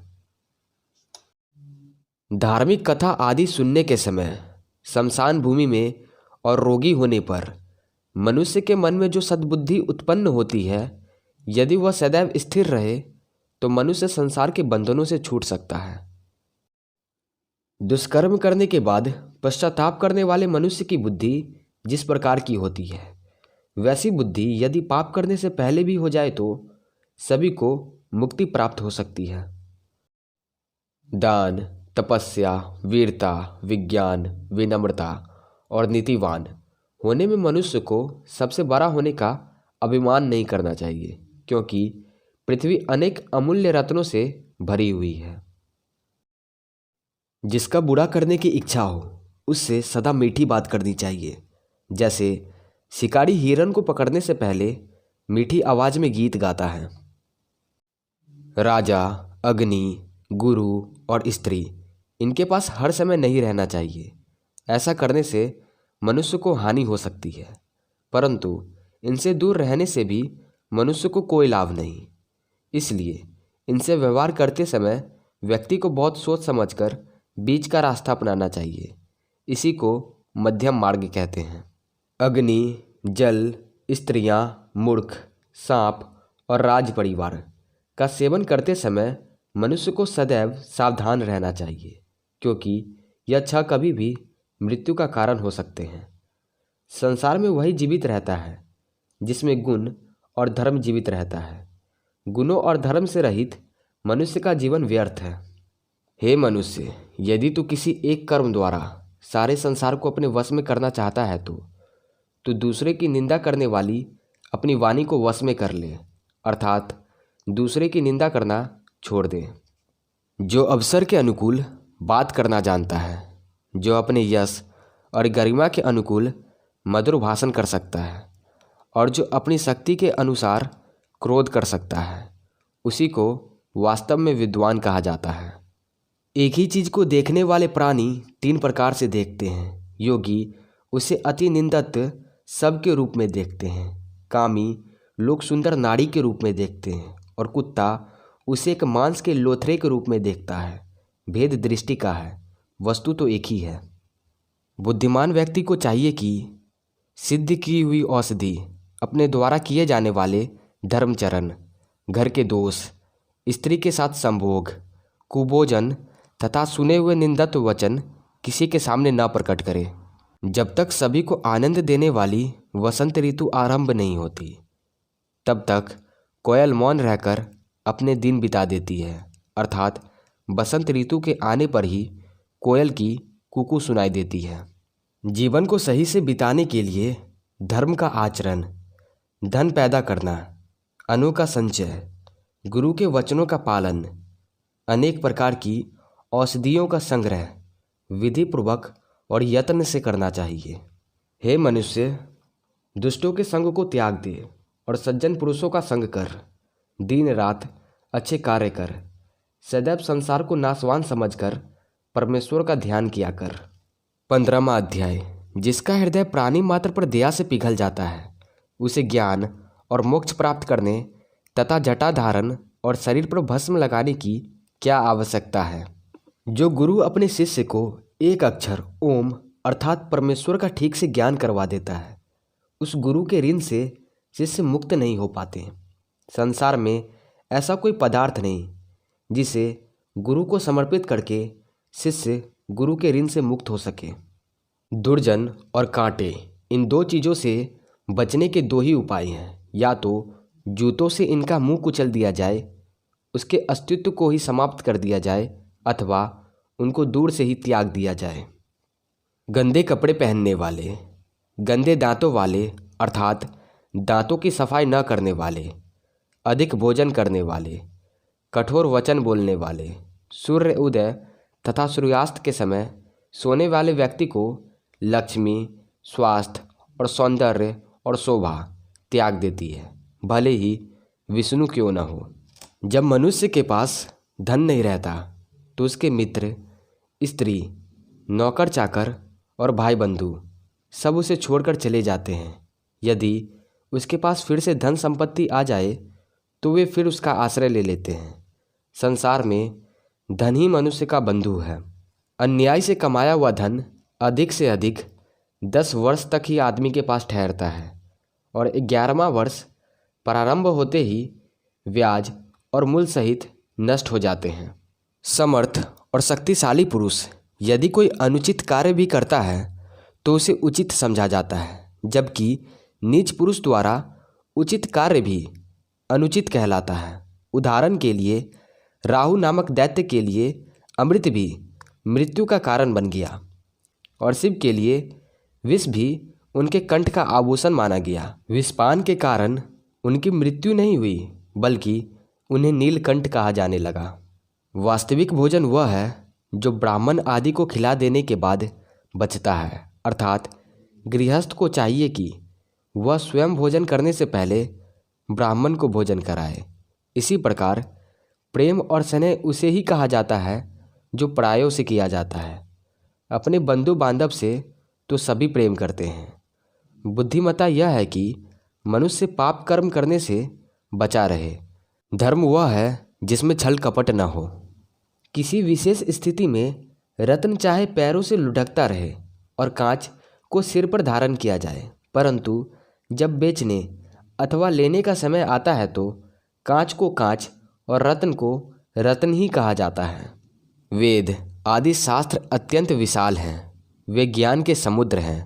विद्याएं भी बहुत सी हैं, परंतु मनुष्य की आयु सीमित है और उसके मार्ग में कठिनाइयाँ भी बहुत सी आती हैं।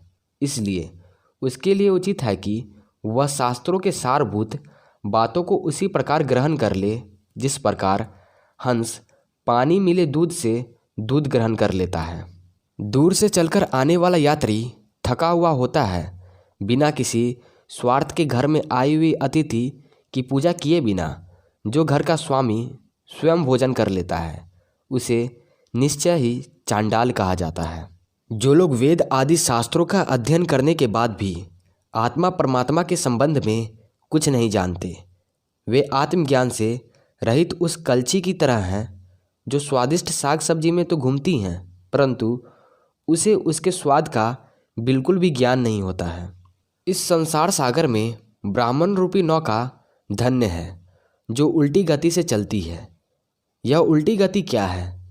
जो इस नाव के नीचे रहते हैं वे सब तो भव सागर से पार उतर जाते हैं, और जो नाव के ऊपर चढ़ते हैं उनका पतन होता है। दूसरे के घर में जाने से व्यक्ति का सम्मान घटता है, वह छोटा होता है। जैसे चंद्रमा को अमृत का भंडार कहा जाता है, यह गुणकारी औषधि का स्वामी भी है। इसकी छवि अथवा इसके किरणों को अमृत के समान माना जाता है। इसमें कांति भी है, अर्थात यह प्रकाश से युक्त है। परंतु जब यही चंद्रमा सूर्यमंडल पर जाता है तो तेज रहित हो जाता है, वहाँ उसकी सारी चमक दमक समाप्त हो जाती है। भौरा कमलिनी के फूलों की पंखुड़ियों में बैठा रहता है, उसके पराग का रस चूसता रहता है और उसके मध्य में मस्त बना रहता है। परंतु दैव्य योग से जब उसे एक स्थान से किसी दूसरे स्थान को जाना पड़ता है तो वहाँ उसे करील आदि वृक्षों के फूलों से रस तो मिल जाता है, किंतु कांटों के कारण काफ़ी कष्ट भी उठाना पड़ता है। विष्णु लक्ष्मी से पूछते हैं कि वह ब्राह्मणों से नाराज क्यों रहती है, तो उत्तर देते हुए लक्ष्मी कहती हैं कि अगस्त ऋषि ने नाराज होकर मेरे पिता समुद्र को ही पी लिया था। ब्राह्मण भृगु ने क्रोध में आकर आपकी छाती पर लात मारी थी, और ये ब्राह्मण लोग बचपन से ही मेरी सौत सरस्वती को प्रसन्न करने का प्रयत्न करते रहते हैं। प्रतिदिन शिव की पूजा के लिए मेरे निवास स्थान से कमल पुष्पों को उजाड़ देते हैं। हे स्वामी, यही कारण है जिससे मैं ब्राह्मणों से सदा दूर रहती हूँ। इस संसार में बहुत से बंधन हैं, परंतु प्रेम रूपी रस्सी का बंधन कुछ विचित्र होता है। लकड़ी को छेदने की शक्ति रखने वाला भौरा भी कमल के फूलों में बंद होकर निष्क्रिय हो जाता है। कमल की पंखुड़ियों को काटने की उसमें शक्ति होती है, परंतु उनके प्रति अतिरेक प्रेम भावना होने के कारण वह ऐसा नहीं करता है। चंदन का वृक्ष कट जाने पर भी अपनी सुगंध नहीं छोड़ता, बूढ़ा हो जाने पर भी हाथी अपनी क्रियाएं नहीं छोड़ता, कुल्हू पर पेड़ दिए जाने के बाद भी ईख अपनी मिठास को नहीं छोड़ता। इसी प्रकार कुलीन मनुष्य निर्धन हो जाने पर भी अपनी शालीनता को नहीं छोड़ता। 16वां अध्याय। जिस मनुष्य ने संसारी रूपी जाल को काटने के लिए प्रभु के स्वरूप का ध्यान नहीं किया, जिसने स्वर्ग के द्वार खोलने के लिए धर्म रूपी धन का संग्रह नहीं किया, जिसने स्वप्न में भी नारी के सुंदर स्तनों और जंघाओं का आलिंगन नहीं किया, वह माता के यौवन रूपी वृक्ष को काटने वाले कुल्हारे का काम करता है। वेश्याओं की किसी एक से प्रीति नहीं होती, वे बातचीत तो किसी अन्य व्यक्ति से करती हैं, परंतु हाव भाव पूर्वक देखते किसी अन्य व्यक्ति को हैं और अपने हृदय में चिंतन किसी अन्य व्यक्ति की करती हैं। इस प्रकार वेश्याओं का प्रेम किसी एक व्यक्ति से नहीं होता है, यह उनका स्वभाव है। जो कोई व्यक्ति यह समझता है कि कोई वेश्या उससे प्रेम करती है, वह उसकी मूर्खता है। जो मूर्ख यह समझता है कि कामुक स्त्री केवल उसी से प्रेम करती है, वह उसके वश में होकर कठपुतली के समान उसके इशारों पर नाचता रहता है। इस संसार में ऐसा कोई व्यक्ति नहीं जिसे धन और ऐश्वर्य की प्राप्ति होने पर अभिमान न हुआ हो। कोई भी विषय भोगों में लिप्त व्यक्ति ऐसा नहीं हुआ है जिसे कष्ट ना भोगने पड़े हो। संसार में ऐसा कौन सा व्यक्ति है जो सुंदर स्त्रियों के वश में ना हुआ हो। मांगने वाले व्यक्ति को कब सम्मान मिला है और कौन व्यक्ति ऐसा है जो दुष्ट लोगों के चक्कर में फंसकर कुशलतापूर्वक संसार में रह सकता है। आज तक न तो सोने के मृग की रचना हुई है और न ही किसी ने सोने का मृग देखा है, फिर भी श्री रामचंद्र स्वर्ण मृग को पकड़ने के लिए उतावले हो गए। यह बात ठीक ही है कि जब मनुष्य के बुरे दिन आते हैं तो उसकी बुद्धि उल्टी बातें सोचने लगती है। मनुष्य अपने अच्छे गुणों के कारण ही श्रेष्ठता को प्राप्त होता है, ऊंचे आसन पर बैठने के कारण नहीं। राजभवन की सबसे ऊंची चोटी पर बैठने पर भी कौवा कभी गरुड़ नहीं बन सकता। सभी स्थानों पर मनुष्य का आदर सत्कार उसके गुणों के कारण ही होता है। गुणहीन मनुष्य के पास यदि धन के भंडार भी हो तो भी उसका सम्मान नहीं होता। बहुत थोड़े देर के प्रकाश वाला परंतु दाग धब्बों से रहित दूज का चांद जिस प्रकार पूजा जाता है अथवा शुभ समझा जाता है, पूर्णिमा के चंद्रमा को वैसा सम्मान प्राप्त नहीं होता। जिस मनुष्य के गुणों की तारीफ दूसरे लोग करते हैं वह गुणों से रहित होने पर भी गुणी मान लिया जाता है, परंतु यदि इंद्र भी अपने मुख से अपनी प्रशंसा करे तो उन्हें छोटा ही माना जाएगा। जिस प्रकार सोने के आभूषण में जरा हुआ रत्न और भी सुंदर दिखाई देता है, उसी प्रकार व्यक्ति को चाहिए कि विवेकपूर्वक अपने में गुणों का विकास करके अपने व्यक्तित्व को और भी अधिक सुंदर बनाए तथा सदैव गुणों को ग्रहण करे। गुणों में सर्वज्ञ परमात्मा के समान होने पर भी निराश्रित व्यक्ति दुखी होता रहता है। जैसे अत्यंत मूल्यवान हीरा भी सोने में जरे जाने की आशा करता है, उसी प्रकार गुणी मनुष्यों को भी किसी सहारे की अपेक्षा रहती है, अर्थात गुणी व्यक्ति भी आश्रय के बिना समाज में वह सम्मान प्राप्त नहीं कर पाता जिसकी उसको अपेक्षा होती है। जो धन दूसरों को हानि और पीड़ा पहुंचाकर धर्म विरुद्ध कार्य करके शत्रु के सामने गिड़गिड़ा कर प्राप्त होता हो, वह धन मुझे नहीं चाहिए। ऐसा धन मेरे पास न ही आए तो अच्छा है। ऐसे धन का भी कोई लाभ नहीं जो कुल वधू के समान केवल एक ही मनुष्य के लिए उपभोग की वस्तु हो। धन संपत्ति तो वही श्रेष्ठ है जिसका लाभ राह चलते लोग भी उठाते हैं, अर्थात धन संपत्ति वही श्रेष्ठ है जो वेश्या के समान अन्य लोगों के भी काम आती है। इस संसार में कोई भी प्राणी ऐसा नहीं है जो धन का विभिन्न प्रकार से उपभोग करने पर तृप्त हुआ हो। इस धन का उपभोग इस जीवन के कार्यों, स्त्रियों के सेवन और विभिन्न प्रकार के भोजन आदि पर करने से भी मनुष्य अतृप्त रहेगा और अतृप्त रहते हुए ही इस संसार से चला जाएगा। अर्थात धन को किसी भी प्रकार से उपभोग में लाया जाए, मनुष्य तृप्त नहीं होता। सभी प्रकार के अन्न, जल, वस्त्र, भूमिदान आदि सभी प्रकार के ब्रह्मा यज्ञ, देव यज्ञ और बलि यज्ञ आदि सभी कर्म नष्ट हो जाते हैं, अर्थात यह सभी वस्तुएं नष्ट होने वाली है, परंतु सुपात्र व्यक्ति को दिया हुआ दान और प्राणी मात्र को दिया गया अवय दान कभी भी नष्ट नहीं होता। संसार में एक तिनका अत्यंत हल्का होता है, तिनके से भी अधिक हल्की रुई होती है, परंतु याचक को तो सबसे अधिक हल्का माना गया है। अर्थात व्यक्ति जब कोई चीज़ किसी से मांग बैठता है तो वह सभी चीज़ों से हल्का अर्थात तुच्छ माना जाता है। अपमानित होकर जीने के बजाय मर जाना अधिक अच्छा है, क्योंकि मृत्यु से तो क्षण भर का ही कष्ट होता है, जबकि अपमानित होने पर व्यक्ति दिन प्रतिदिन मरता रहता है। मधुर बोली वाले से सभी प्राणी प्रसन्न रहते हैं, अतः व्यक्ति को सदैव प्रिय वचन ही बोलने चाहिए। उसे चाहिए कि वह वाणी में अमृत रूपी मधुरता घोलकर बोले। व्यक्ति को वाणी से दरिद्र नहीं होना चाहिए। संसार एक करवा वृक्ष है, इसके दो ही फल अमृत जैसे मीठे होते हैं, एक मधुर वाणी और दूसरी सज्जनों की संगति। अनेक जन्मों में मनुष्य ने दान, अध्ययन और तप आदि जिन बातों का अभ्यास किया है, उसी अभ्यास के कारण वह बार बार उन्हें दोहराया करता है। जो विद्या पुस्तकों तक ही सीमित है और जो धन दूसरों के पास पड़ा है, आवश्यकता पड़ने पर न तो वह विद्या काम आती है और न ही वह धन उपयोगी हो पाता है। 17वां अध्याय।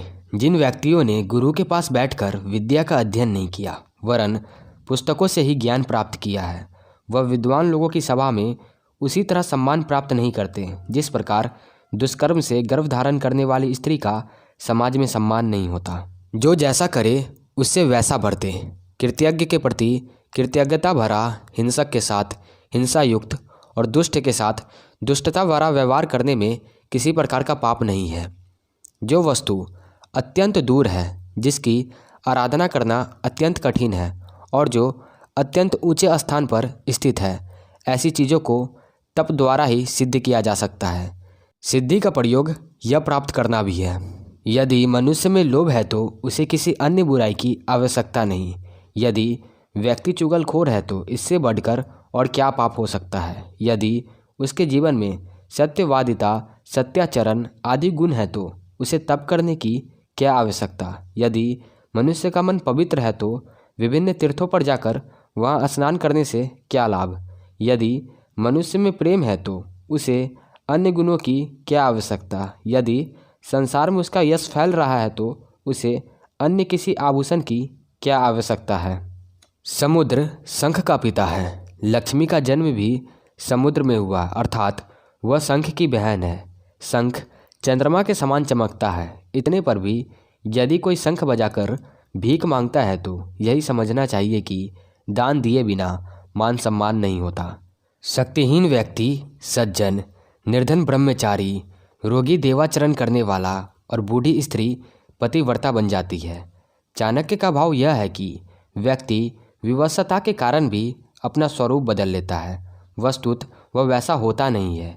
बलवान व्यक्ति को सज्जनता का व्यवहार करना चाहिए। प्रभु की भक्ति तो मनुष्य का स्वाभाविक कर्तव्य है, परंतु जब कोई रोगी होने पर ही प्रभु का नाम लेता है तो यह उसकी विवशता है। इसी प्रकार यदि सुंदर रूपवती यौवन से भरपूर स्त्री पतिव्रता धर्म का पालन करती है तो यह उसकी विशेषता मानी जाएगी। वृद्धा स्त्री पतिव्रता होने के अलावा कर भी क्या सकती है, यह उसकी विवशता होती है, विशेषता नहीं। अन्न और जल के समान कोई श्रेष्ठ दान नहीं, द्वादशी के समान कोई श्रेष्ठ तिथि नहीं, गायत्री से बढ़कर कोई मंत्र नहीं और माता से बढ़कर कोई देवता नहीं। सांप का विष उसके दांत में होता है, मक्खी का विष उसके सिर में रहता है, बिच्छू का विष उसके पूंछ में होता है। अर्थात इन सभी विषैले प्राणियों के एक एक अंग में ही विष होता है, लेकिन दुर्जन मनुष्य के सभी अंग विष से भरे हुए होते हैं। पति की आज्ञा के बिना जो स्त्री उपवास रूपी व्रत करती हैं, वह अपने पति की आयु को कम करने वाली होती है। वह स्त्री नरक में जाती हैं, उसे महान कष्ट भोगने पड़ते हैं। स्त्री अनेक प्रकार के दान करने से शुद्ध नहीं होती, अर्थात मोक्ष प्राप्त नहीं कर सकती। सैकड़ों उपवास करने से भी वह शुद्ध नहीं होती। अनेक तीर्थों की यात्रा करने के बाद भी वह शुद्ध नहीं होती। वह तो केवल पति के चरणों की सेवा से ही शुद्ध हो सकती है, अर्थात मोक्ष प्राप्त कर सकती है। हाथ की शोभा कंगन पहनने से नहीं वरन दान आदि देने से होती है। शरीर की शुद्धि स्नान करने से होती है, चंदन लगाने से नहीं। मनुष्य की तृप्ति आदर सम्मान से होती है, भोजन से नहीं। और मनुष्य को मोक्ष ज्ञान से होता है, चंदन आदि के तिलक लगाने से नहीं। कुंदरू खाने से तत्काल मनुष्य की बुद्धि नष्ट होती है, वच खाने से तत्काल बुद्धि बढ़ती है। नारी शीघ्र ही शक्ति का हरण करती है और दूध पीने से उसी क्षण बल प्राप्त होता है। जिन सज्जन लोगों के दिल में दूसरों का उपकार करने की भावना जागृत रहती है, उनकी विपत्तियां नष्ट हो जाती हैं और पग पग पर उन्हें धन संपत्ति की प्राप्ति होती है। भोजन करना, नींद लेना, भयभीत होना, मैथुन अर्थात संतान की उत्पत्ति करना, यह सब बातें मनुष्य और पशु में एक जैसी होती है। मनुष्य में पशुओं की अपेक्षा धर्म ही ऐसी वस्तु है जो उनमें अधिक होती है। यदि मनुष्य में धर्म न हो तो वह पशु के सामान्य है। यदि मद में अंधा हाथी अपनी मंद बुद्धि के कारण अपने मस्तक पर पैदा हुए मद पीने के इच्छुक भौरे को अपने कान फरफराकर दूर भगा देता है तो इसमें भौरे की कोई हानि नहीं होती। वे जाकर खिले हुए कमलों पर जाकर बैठते हैं, उन्हें वहाँ से रस मिल जाता है, परंतु ऐसा करने से हाथी के गंध स्थल की ही शोभा नष्ट होती है। आचार्य का अभिप्राय यह है कि कुछ मांगने आए हुए याचक को लौटाने से याचक की हानि नहीं होती, अपितु दाता की हानि होती है। याचक को निराशा नहीं लौटाना चाहिए, उसका सम्मान करके उसको दान दक्षिणा दे ताकि वह लोगों के सामने दाता के गुणों का बखान करे। राजा, वेश्या, यमराज, अग्नि, चोर, बालक, याचक और ग्रामीणों को सताने वाले ये आठों बड़े ही कठोर होते हैं। ये दूसरों के कष्टों को नहीं समझते। किसी अत्यंत बूढ़ी स्त्री को जिसकी कमर बुढ़ापे के कारण झुक गई थी देखकर कोई युवक व्यंग करते हुए पूछने लगा, हे वृद्ध, नीचे क्या ढूंढ रही हो? क्या पृथ्वी पर तुम्हारी कोई चीज़ गिर पड़ी है? तुम्हारा कुछ खो तो नहीं गया? उस व्यंग को सुनकर बूढ़ी औरत ने कहा कि अरे मूर्ख, तू नहीं जानता कि मेरा यौवन रूपी मोती खो गया है, मैं उसी को ढूंढ रही हूँ। वृद्धा का संकेत है कि इस संसार में जिसने जन्म लिया है वह बचपन, किशोर और युवा अवस्था के बाद वृद्धा अवस्था को प्राप्त होता है। इससे कोई भी नहीं बच सकता। तू भी यहाँ पहुँचेगा, इसलिए मुझ पर न हंस। जिसका सामना करना हो उस पर क्यों हंसना। यह श्लोक वृद्धों की उपेक्षा की ओर भी ध्यान दिलाता है। हर पीढ़ी अपनी पिछली पीढ़ी का मजाक ही उड़ाती है। एक विचार ने सही कहा है कि वृक्ष की शाखाएं, पत्ते और फूल यह भूल जाते हैं कि उन्हें जीवन उन जड़ों से मिल रहा है जो क्रूप, परोक्ष और निष्क्रिय हैं। हे केतकी, तुझसे सांप लिपटे रहते हैं, फल भी नहीं लगते, कांटे भी हैं और वक्रता भी है। इसके अतिरिक्त तेरा जन्म कीचड़ में होता है और तू सरलता से प्राप्त भी नहीं होती। इतना सब कुछ होने पर भी तेरे में जो गंध है वह सब प्राणियों को मोह लेती है। आचार्य के अनुसार व्यक्ति में यदि एक भी श्रेष्ठ गुण हो तो उसमें सारे दोष सहज ही छुप जाते हैं। तो हमारा संपूर्ण चाणक्य नीति समाप्त हो चुका है। अगर आपको यह वीडियो अच्छा लगा हो तो हमारी वीडियो को लाइक करके चैनल को सब्सक्राइब ज़रूर करिएगा।